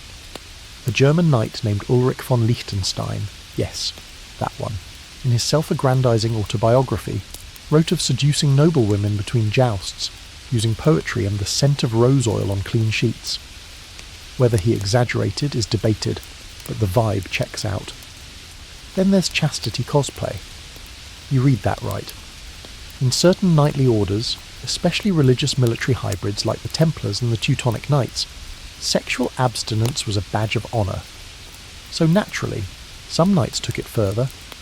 They'd wear chastity chains beneath their armour, or have squires guard their purity by sleeping beside them like human alarm systems. The irony? These same men often confessed to impure dreams. One squire wrote that his master cried out in sleep the name of the Virgin. And also, strangely, the name Gerard. Sevens. Moving on. Tent etiquette also extended to romantic liaisons. You couldn't just bring someone back. It had to be discreet. And clean. A common punishment for improper conduct in the tent was public humiliation, usually being made to ride backwards through camp holding your stained bedding. Yikes. But there were exceptions. In sieges or long campaigns, some commanders allowed controlled sexual encounters, either with local women or, more commonly, sex workers travelling with the army. Entire sub-economies sprang up around battlefields. Mobile brothels, perfumed bath tents, love letter couriers. One knight wrote home requesting fresh gloves and my favourite girl, if the roads are safe. Chivalry, but make it logistical. Fringe fact. A 14th century campaign ledger includes a mysterious expense. 10 silver for the lady in blue, 2 for her cart, 1 for discretion. Historians are still trying to figure out who the lady in blue was, but most assume she wasn't a tailor. Also, role play. Oh yes. Certain knights participated in elaborate romantic rituals where they'd reenact tales of courtly love. A lady would pretend to be captured. The knight would rescue her, sometimes in costume, sometimes with props, often with wine. One English baron's tent inventory included a costume labelled the Black Serpent of Temptation and a gold-trimmed blindfold. Make of that what you will. And while many of these dalliances were heterosexual, not all were.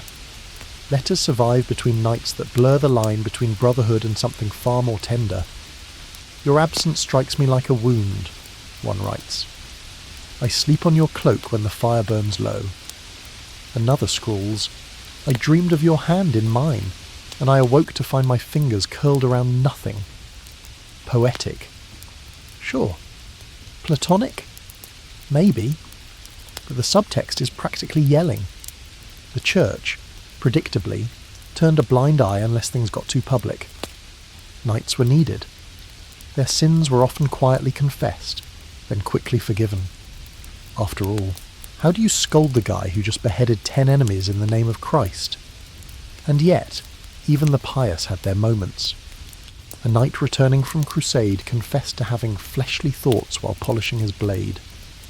He didn't clarify what blade meant. The priest gave him 7 Our Fathers and a sharp look. So here you are, standing at the edge of a knight's tent, watching shadows move behind the canvas, slow, careful, intimate.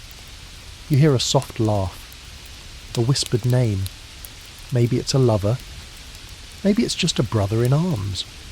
Either way, there's more to chivalry than dragons and dragon slaying. Sometimes there are blindfolds, and scented oil, and a full set of rules about how not to spill wine on your wolfskin rug. You leave the camp behind, slipping through fields that stretch wide and silent under a sky full of stars. Everything feels calmer now, until you pass a barn.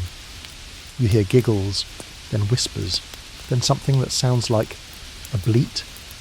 You pause. You listen closer. You shouldn't, because tonight you've arrived at one of the darkest, strangest corners of medieval rumour. Beastly rumours and barnyard accusations, a world where sex, shame, and scapegoating spiral into something grotesque. Let's set the scene. It's 14th century Germany. A goat goes missing. A child finds it 2 days later, trembling in a ditch. It's unharmed, but rumours begin. The animal was seen near a bachelor's cottage. That bachelor has no wife. He's too quiet. He once made a joke about lonely winters. The whispers grow legs. He's accused of bestiality. It sounds like the kind of rural paranoia that should die out quickly. But it doesn't. Because in the medieval world, bestiality wasn't just a gross rumour, it was a capital crime. And in many places, it wasn't the human who bore all the punishment. Sometimes the animal was put on trial too. You heard that right. Legal records from France, Switzerland, and the Low Countries detail dozens of cases where animals were tried, yes, in a court, for participating in unnatural acts. Pigs, donkeys, goats, even cows. One case in Savoy involved a rooster accused of laying an egg, also considered sorcery. The verdict? Guilty. Execution ordered. Historians still argue whether these trials were symbolic, religious, or just weird public theatre. But they were real. A 15th century case from Flanders records a man and a cow tried together for carnal relations. The cow was led into court. Witnesses testified. The cow refused to look at the man, which was apparently damning. Both were sentenced to death. It wasn't always about truth. More often, it was about power. Let's say you're a peasant with a grudge against your neighbour. He's richer. Or maybe he just built a new shed and didn't invite you to his harvest party. You spread a rumour. You say you saw him being too friendly with his sheep. Boom. Trial. Social ruin. Possibly worse. Accusations like this were weapons, often aimed at the powerless, the odd, the isolated. Bachelors, widows, foreigners, anyone who didn't fit the local mould. Fringe detail. In parts of rural Spain, it was believed that a man who had intercourse with a donkey would become permanently infertile, and the donkey, if still alive, would be marked with the taint of lust and sold at market at a discount. A literal clearance rack for cursed livestock. And these fears weren't always groundless in the eyes of the law.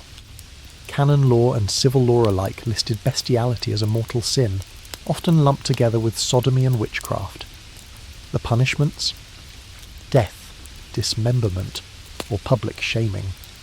In one horrific account from 15th century Saxony, a man was forced to wear a wooden cow's head while being marched through town before execution. The crowd jeered. Children threw stones. The psychology behind this gets dark. The medieval mind saw the human body as constantly vulnerable to temptation, to possession, to corruption. And animals, so nearby, so physical, so untamed, became symbols of both purity and danger. One minute they're God's creatures, the next, the devil's accomplices.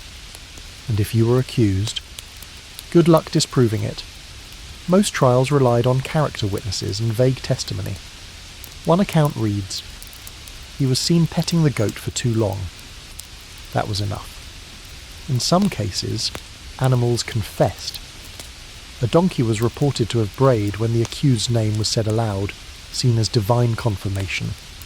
Another tale involves a pig that refused to eat after its owner was arrested, suggesting a mutual shame, or just stress. But nobody asked the pig. Women weren't immune to these accusations, either, especially healers or those who lived alone. In Hungary, a midwife was accused not only of sleeping with her dog but of teaching others to do the same through witchcraft. The evidence? She owned no mirrors, and someone claimed her cat spoke Latin. She was executed. And let's not ignore the sexual symbolism that ran through medieval bestiaries, the animal encyclopedias of the time. Some were beautiful allegories. Others, not so subtle. The donkey was stubborn and lustful. The goat was wicked and lecherous. The snake, sensual and female. These weren't just natural observations. They were warnings. And when a person was accused of bestiality, it wasn't just a crime, it was proof, in the community's eyes, that they had become less than human. One French bishop declared in 1322, "A man who lays with beast is no longer man. He is dust awaiting fire." Charming. There's also the political angle. A noble might accuse a rival of beastly acts not because he believed it, but because it stuck. The stain of unnatural desire couldn't be scrubbed. It made people back away, even if you were cleared. Socially, you were radioactive. And then there's the terrifying possibility, what if some of these stories were confessions? Not to crimes, but to feelings. Twisted, confused, shame-filled, misdirected desire. You live in a world where sex is feared, bodies are punished, and no one talks about consent. You feel something you don't understand. You talk to a priest. He fills in the blanks.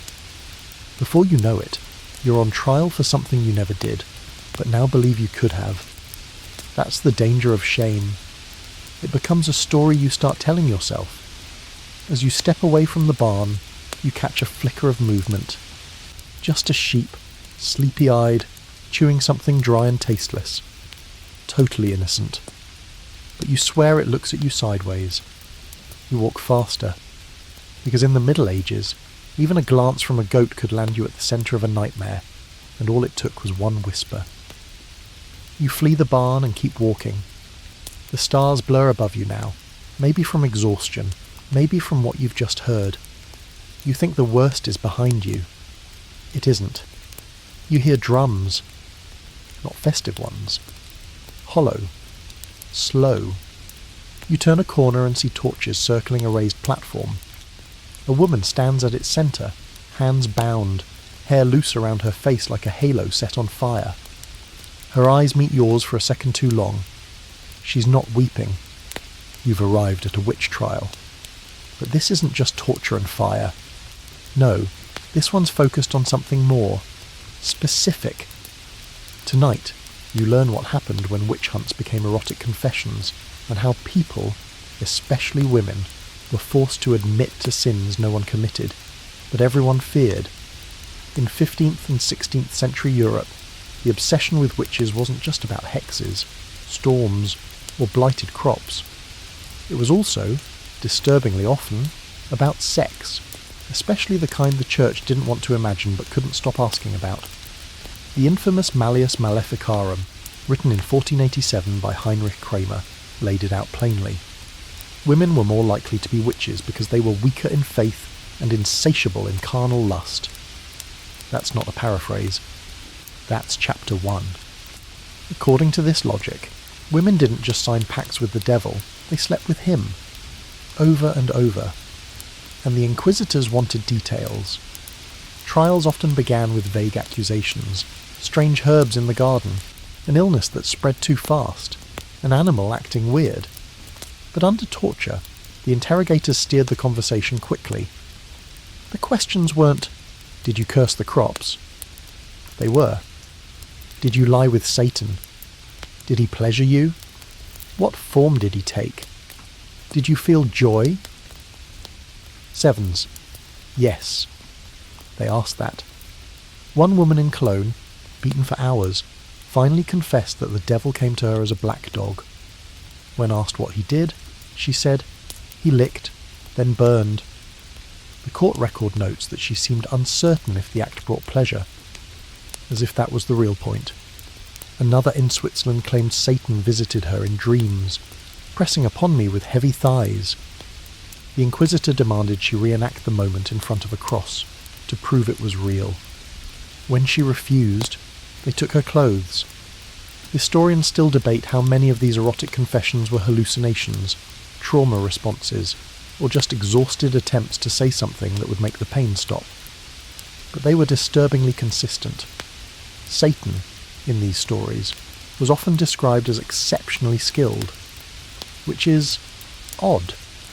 He was said to have a cold phallus, rough skin, and an unholy scent, but also the ability to satisfy in ways mortal men could not. Was this projection? Repression? A glimpse into lives so controlled, so monitored, that the only place women could fantasize was through forced confession. Fringe fact. Some women, when not under torture, did describe dreams of otherworldly pleasure, sometimes with a demon, sometimes with saints. A nun in Venice claimed nightly visits from St. Michael, who held her with light and heat, and made her weep with joy. Her abbess called it a vision. Her priest called it something else. And then there were the Sabbaths. No, not the restful kind. In witch trial law, the witch's Sabbath was a moonlit gathering of women who flew to distant hills, danced naked, and had wild orgies with beasts, demons, and each other. These scenes were obsessively detailed in trial records. They kissed Satan's anus. They laid in circles, face to face. They sang with their mouths full of sin. Sevens. Spoiler. These events almost certainly didn't happen, but inquisitors described them as if they had attended. It wasn't just punishment, it was voyeurism disguised as justice. And men weren't safe, either. In a 1490 trial in southern France, a male healer was accused of summoning succubi, female spirits who aroused men in their sleep. Under torture, he admitted to being mounted in dreams and awaking in fluid fear. He was hanged 3 days later. Why was this so common? Because the church had two competing fears: spiritual heresy and uncontrolled desire. Witch trials allowed them to attack both at once. A woman's body was sinful. Her pleasure, if unapproved, was dangerous. If she didn't want a man, she must be enchanted. If she wanted too much, she must be in league with hell. And so, the interrogations focused on penetration, not power, on touch, not theology. Did he enter you? Did you bleed? Did you cry out? These weren't just legal questions. They were a kind of ritual humiliation, a way to rip autonomy out of the victim through her own words. Sometimes, people resisted. One accused girl in Bavaria refused to speak, even under brutal torture. Instead, she sang a lullaby her mother taught her. The record says she died with her tongue swollen, teeth broken, but still singing. Her name wasn't recorded, but most people broke. They confessed to things that made no sense. That Satan had a serpent's tongue, that he gave them a powder that made them irresistible, that they grew devil teats and fed imps with their thighs. And after they said all this, they were burned, publicly, because the spectacle wasn't just about justice. It was about fear and control, and letting the crowd watch a woman be stripped of dignity before she was stripped of life. The erotic content of witch trials wasn't a side effect. It was central. These weren't just legal hearings. They were twisted performances where sex, power, shame, and punishment all merged into one terrifying show. And tonight, as the crowd watches the woman on the platform, you wonder what she's confessed to, what they made her say, whether she chose her own words, or if they were shoved into her mouth like ashes. She meets your gaze one last time, and you think, she never had a chance to tell her story, only theirs. Smoke clings to your clothes as you leave the square. The fire's gone out, but its stink lingers. Char, sweat, scorched cloth. You walk faster, trying to forget her eyes, her silence, her song. But there's no escaping the next part. Not when your own body's suddenly itching. Burning. Fading. Welcome to the realm of cursed genitals and magic remedies, where the medieval fear of lust turned into nightmares of shrinking, swelling, and disappearing anatomy. Yes, disappearing. Let's get straight to it. People in the Middle Ages believed that your genitals could be stolen. Magically. Cursed. Withered. Or made to swell like an angry fruit if you crossed the wrong woman.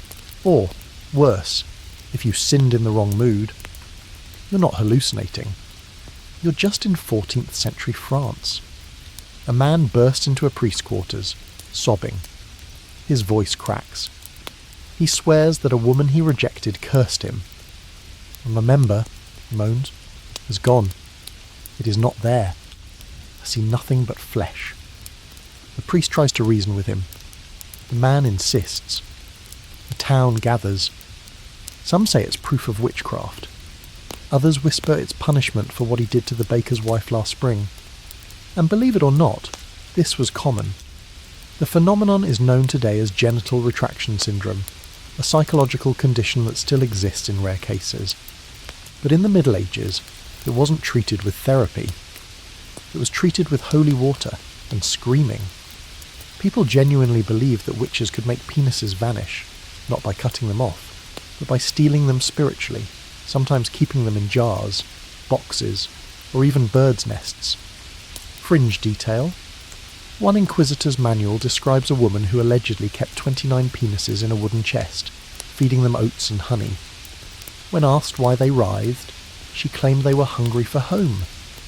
Whether this tale was metaphor or madness, no one quite agrees. But these stories weren't just about men. Women had their share of panic too.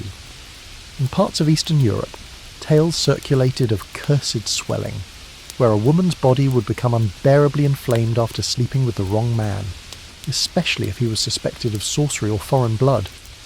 The cure? Either prayer, or squatting over burning herbs while a midwife chanted protection spells. What caused these symptoms? Likely STIs, allergic reactions, poor hygiene, or psychological stress. But in the medieval mind, They were signs of moral failure. Your body betrayed you because you had betrayed God. And there were treatments. Oh yes. One Parisian apothecary sold a cream made from crushed pearl, rose oil, and wine-soaked earth to restore the manhood when taken by witches. Another recommended applying a poultice of boiled onions and horse dung. The stink draws out the sin, claimed the recipe. More likely it just repelled company. For women, cures were even stranger. A Tuscan manuscript recommends inserting a clove of garlic between the folds for 3 nights, followed by a blessing. Another calls for milk from a one-eyed goat, sprinkled on the abdomen at dawn, while reciting Psalm 51 backward. If your eyes are watering, you're not alone. The line between medicine and magic was always fuzzy. Many believed that diseases of the genitals were the work of demons, not just figuratively, but literally. Lust opened a door, and the demons crawled in. One bishop warned that the devil lurks in the humours of the belly, and from there he poisons the root of man. Sevens, in other words. Horny equals haunted. Some remedies involved binding spells, knots tied in cords or locks of hair, hidden under mattresses or buried in gardens. These were believed to prevent cheating, or in worse cases, prevent functioning entirely. Men who couldn't perform were sometimes said to be tied, and would seek out a wise woman to untie them in every possible sense. And if you think this sounds like folk superstition, not formal religion, think again. Confession manuals included questions like, have you laid with a woman and felt yourself vanish in her? Or, did your parts behave as if touched by shadow? One even warns that dreaming of fire near the groin was a sign of spiritual infestation. And yes, people confess to it. There's even a case from 15th century Venice where a married couple sought an annulment on the grounds that the husband's penis came and went like a spirit. The court laughed until a priest testified he, too, had once been afflicted. Suddenly it was not funny. The annulment was granted. Sometimes the cures were violent. Hot irons, cauterization, bloodletting of the groin. A Saxon manual suggests leeches on the thighs to draw down the fever of lust. One can only imagine the results. But not all the stories are grim. There's a record from Norway of a man who, believing his penis was stolen, travelled to 5 different shrines, each time offering a small wooden carving of what he lost. On the 6th trip, he claimed it returned with joy. The locals built a chapel in honour of the miracle. True, doubtful, but faith, especially when paired with fear, is a powerful thing. These stories, bizarre as they are, tell you something very real about medieval life. Sevens. People lived in fear of losing control of their bodies, their urges, their reputations, and when something went wrong below the belt, it wasn't just embarrassing, it was existential. Your desire could mark you. Your lust could curse you. And if your parts vanished or failed or swelled beyond recognition, the world didn't say, see a doctor. Sevens. It said, you're cursed. Tonight, you lie down unsure whether that tingle in your thigh is a bug bite or divine retribution. You whisper a prayer, not for forgiveness, but for anatomical stability. Because in this world, keeping your soul safe was one thing. Keeping your parts where they belonged, that was something else entirely. You wake up the next morning instinctively checking yourself under the blanket. Still there, intact. Congratulations, you've survived the night uncursed. But now the sun's high, and the streets are alive with noise. Bells ringing, children shouting, women laughing from open windows, and down a narrow alley, a red-painted door swings open with the sound of coins clinking inside. Welcome to the business end of the story. The strange economics of sex work, where sin had a price tag, and brothels operated with bureaucratic flair. In the medieval world, sex work wasn't just tolerated, it was organised. Not always, not everywhere, but in many towns and cities, especially in bustling trade hubs like London, Bruges, or Florence. Prostitution was treated as a necessary evil. Better to have it regulated. The logic went, than let lust run wild. So brothels were licensed, zoned, taxed, sometimes even advertised. You pass a brothel in Toulouse, 14th century. It's clean, draped in red fabric. There's a sign above the door with a carved lion and a lute. No explicit words, just suggestive symbols. You step inside. There's a waiting area with fresh straw, bowls of perfume water, a sleepy cat, and a price list pinned on the wall. One of the women waves lazily from the corner. She's smoking a pipe and counting coins. Not shy, not ashamed. She's working. Here's the twist. Many of these brothels were run by women, often former sex workers themselves, now called abbesses of the house. They handled security, collected payments, and negotiated with city officials to stay open. Some even paid rent directly to the church.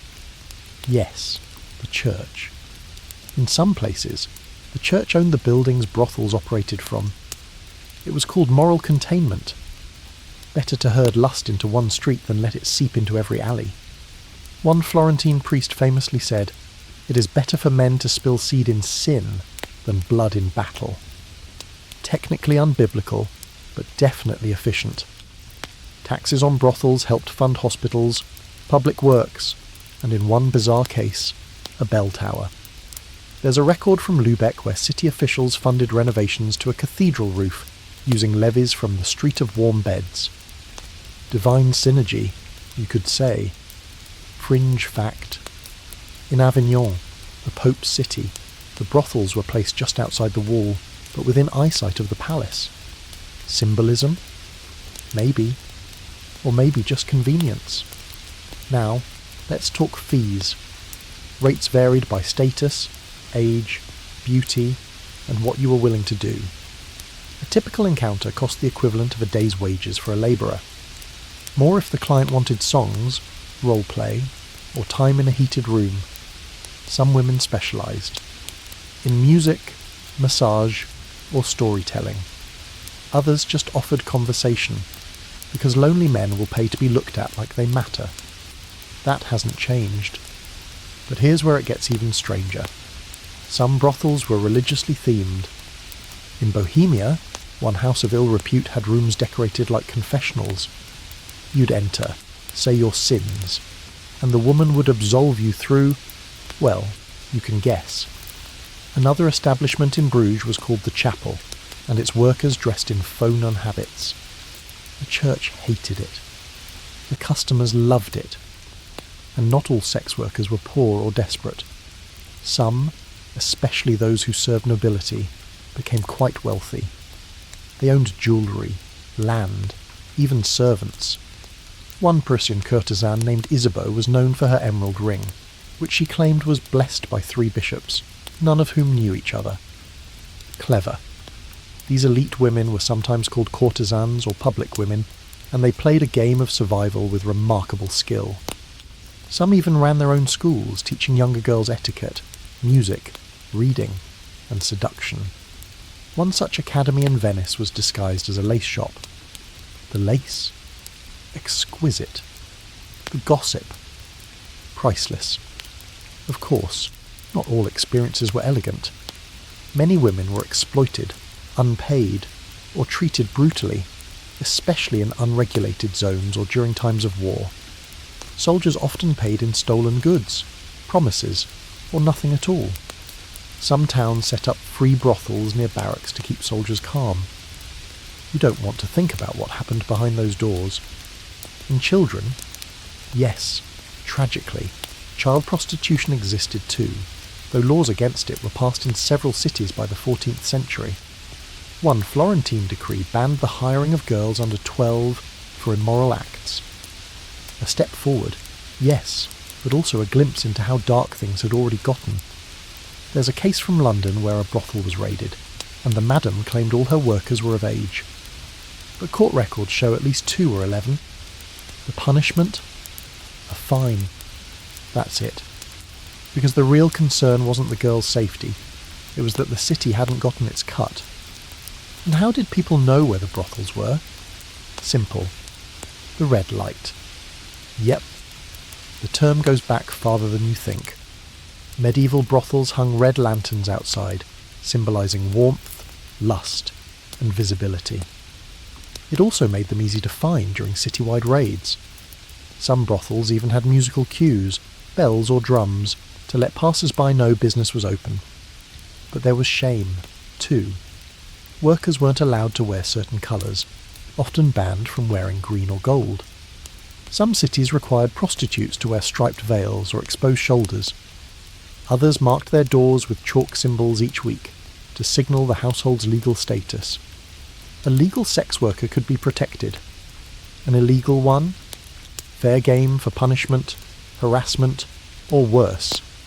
Yet, despite the stigma, sex workers became central to the social fabric of the medieval city. They knew secrets. They passed messages. They witnessed crimes and sometimes committed them. In one case, a courtesan saved her city by seducing and drugging an invading captain, allowing locals to storm his quarters. She was honoured with free rent for life. In another, a brothel kept a ledger, not just for finances, but for reviews. One entry reads, March thrill, Henri, polite, sweaty, paid twice. Sevens. So tonight, as the red lights glow along the street, and you walk past perfumed windows and cracked shutters, you realise something. This was more than sin. It was commerce. It was survival. It was a system that thrived in the cracks between morality and money, and left behind stories more honest than the sermons ever were. You walk slowly now, the city winding down with you. Bells toll the hour. The streets empty. Candles flicker behind shuttered windows. And then, from the far end of the cobblestone lane, comes the beat of something different. Slow, deliberate footsteps, followed by the creak of old hinges. A door opens. You've reached the palace. But don't expect privacy. Because tonight, you enter the royal chamber, where love is strategic, bedrooms are crowded, and royal consummation is a public spectacle. Imagine this. You're a young noble, married that morning in a grand ceremony. You're ushered into the royal bedchamber by half the court, priests, noblemen, ladies-in-waiting, and a few eager scribes. They're not leaving. They're here to watch. Not the whole act, usually, but enough to be sure. In royal Europe, consummation wasn't optional. It was political verification. Proof that the marriage wasn't just a fancy parade. It was real, physical, binding. If the union wasn't consummated, it could be annulled. And if heirs were needed, you'd better get started. So they watched. Sometimes they even helped. Let's go to France, 1491. The marriage of Charles VIII to Anne of Brittany. After the banquet, they're walked to bed by a procession of bishops, courtiers, and ladies. The priest blesses the bed. Wine is served. Jokes are made. Anne is undressed by her attendants. Charles by his. They lie down. Curtains are drawn.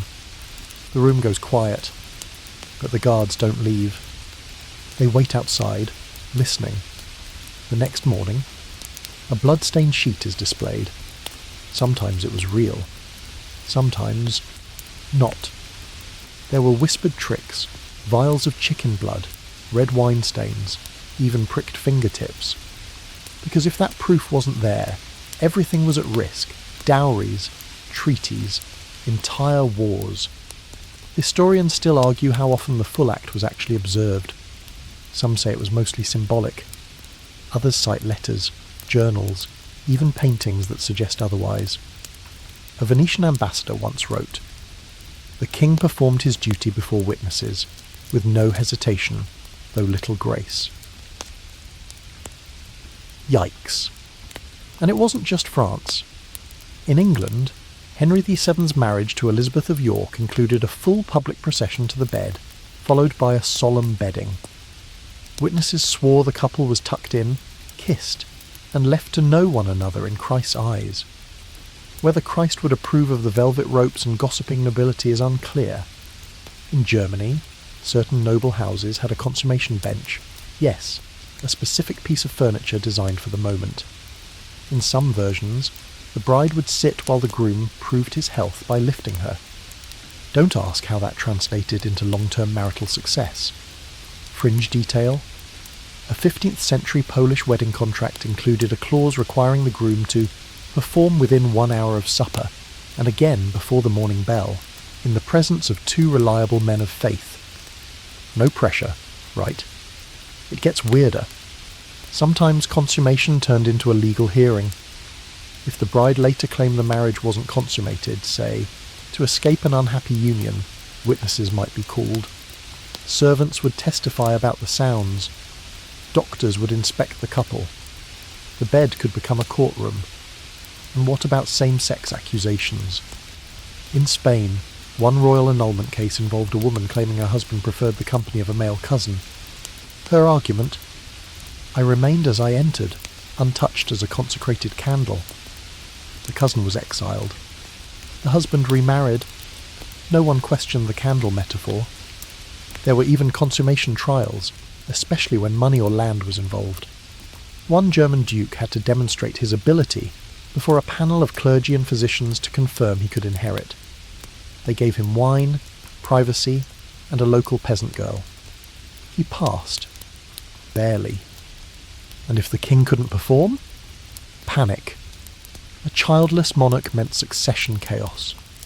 That's why queens were often watched for signs of pregnancy like royal science projects. Midwives examined their urine, their weight, even their dreams. "She dreamed of fish," one midwife noted. "This is surely a son." Sudden's. Spoiler. It was indigestion. Still, pregnancy wasn't enough. There had to be ongoing performance. Kings were expected to visit their queens frequently and dutifully. Neglect could be considered political sabotage. One noblewoman wrote to her husband, "Do not fail in your conjugal obligations. The realm watches us both." Romantic. And when monarchs did perform well, it became legend. A Hungarian king was nicknamed the Stallion of the Danube, after fathering 8 children in 12 years. His official portrait: subtle bulge. No one commented, but everyone knew. Not all royal unions were tragic, of course. Some couples fell into real affection. There are love letters from Henry VIII to Anne Boleyn filled with longing, flirtation, and mild innuendo. "My heart is knotted with yours, and my codpiece is ever yours to command." Shakespeare he was not, but the man was trying. Yet even in love, the bed was never private. Spies listened. Chambermaids gossiped. Clergy hovered. The royal body wasn't yours. It belonged to the state. Which leads us to the final, absurd detail. Some royal weddings included symbolic bedding before the ceremony. The couple would lie together, fully clothed, watched by guests, just to suggest compatibility. If one giggled, it was a good sign. If one cried, everyone pretended not to notice. And so tonight, as you stand outside a palace chamber door, you imagine the velvet sheets, the flickering candles, the chorus of rustling satin, and beyond it all, 2 people trying to find intimacy with a kingdom breathing down their necks. Because in the medieval world, love was never just between 2. There was always an audience. The fire's out now. The streets have gone still. And you, wandering back through the echo of every strange, tangled, unbelievable thing you've heard tonight, start to feel something else settle in. Not shock, not judgment, just quiet understanding. Because for all the rules, the rituals, the whispered sins and shouted accusations, this wasn't really a story about sex.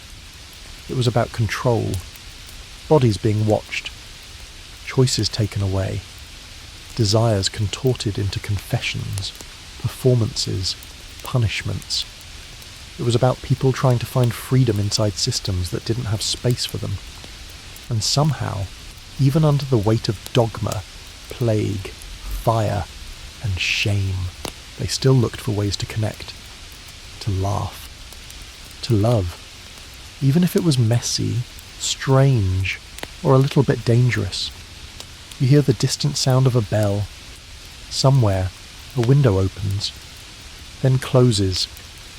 The night exhales, and so do you. Let it fade now. Let the torches go out and the gossip soften into static. Let the monks return to their silent prayers. Let the royal bedsheets rest undisturbed.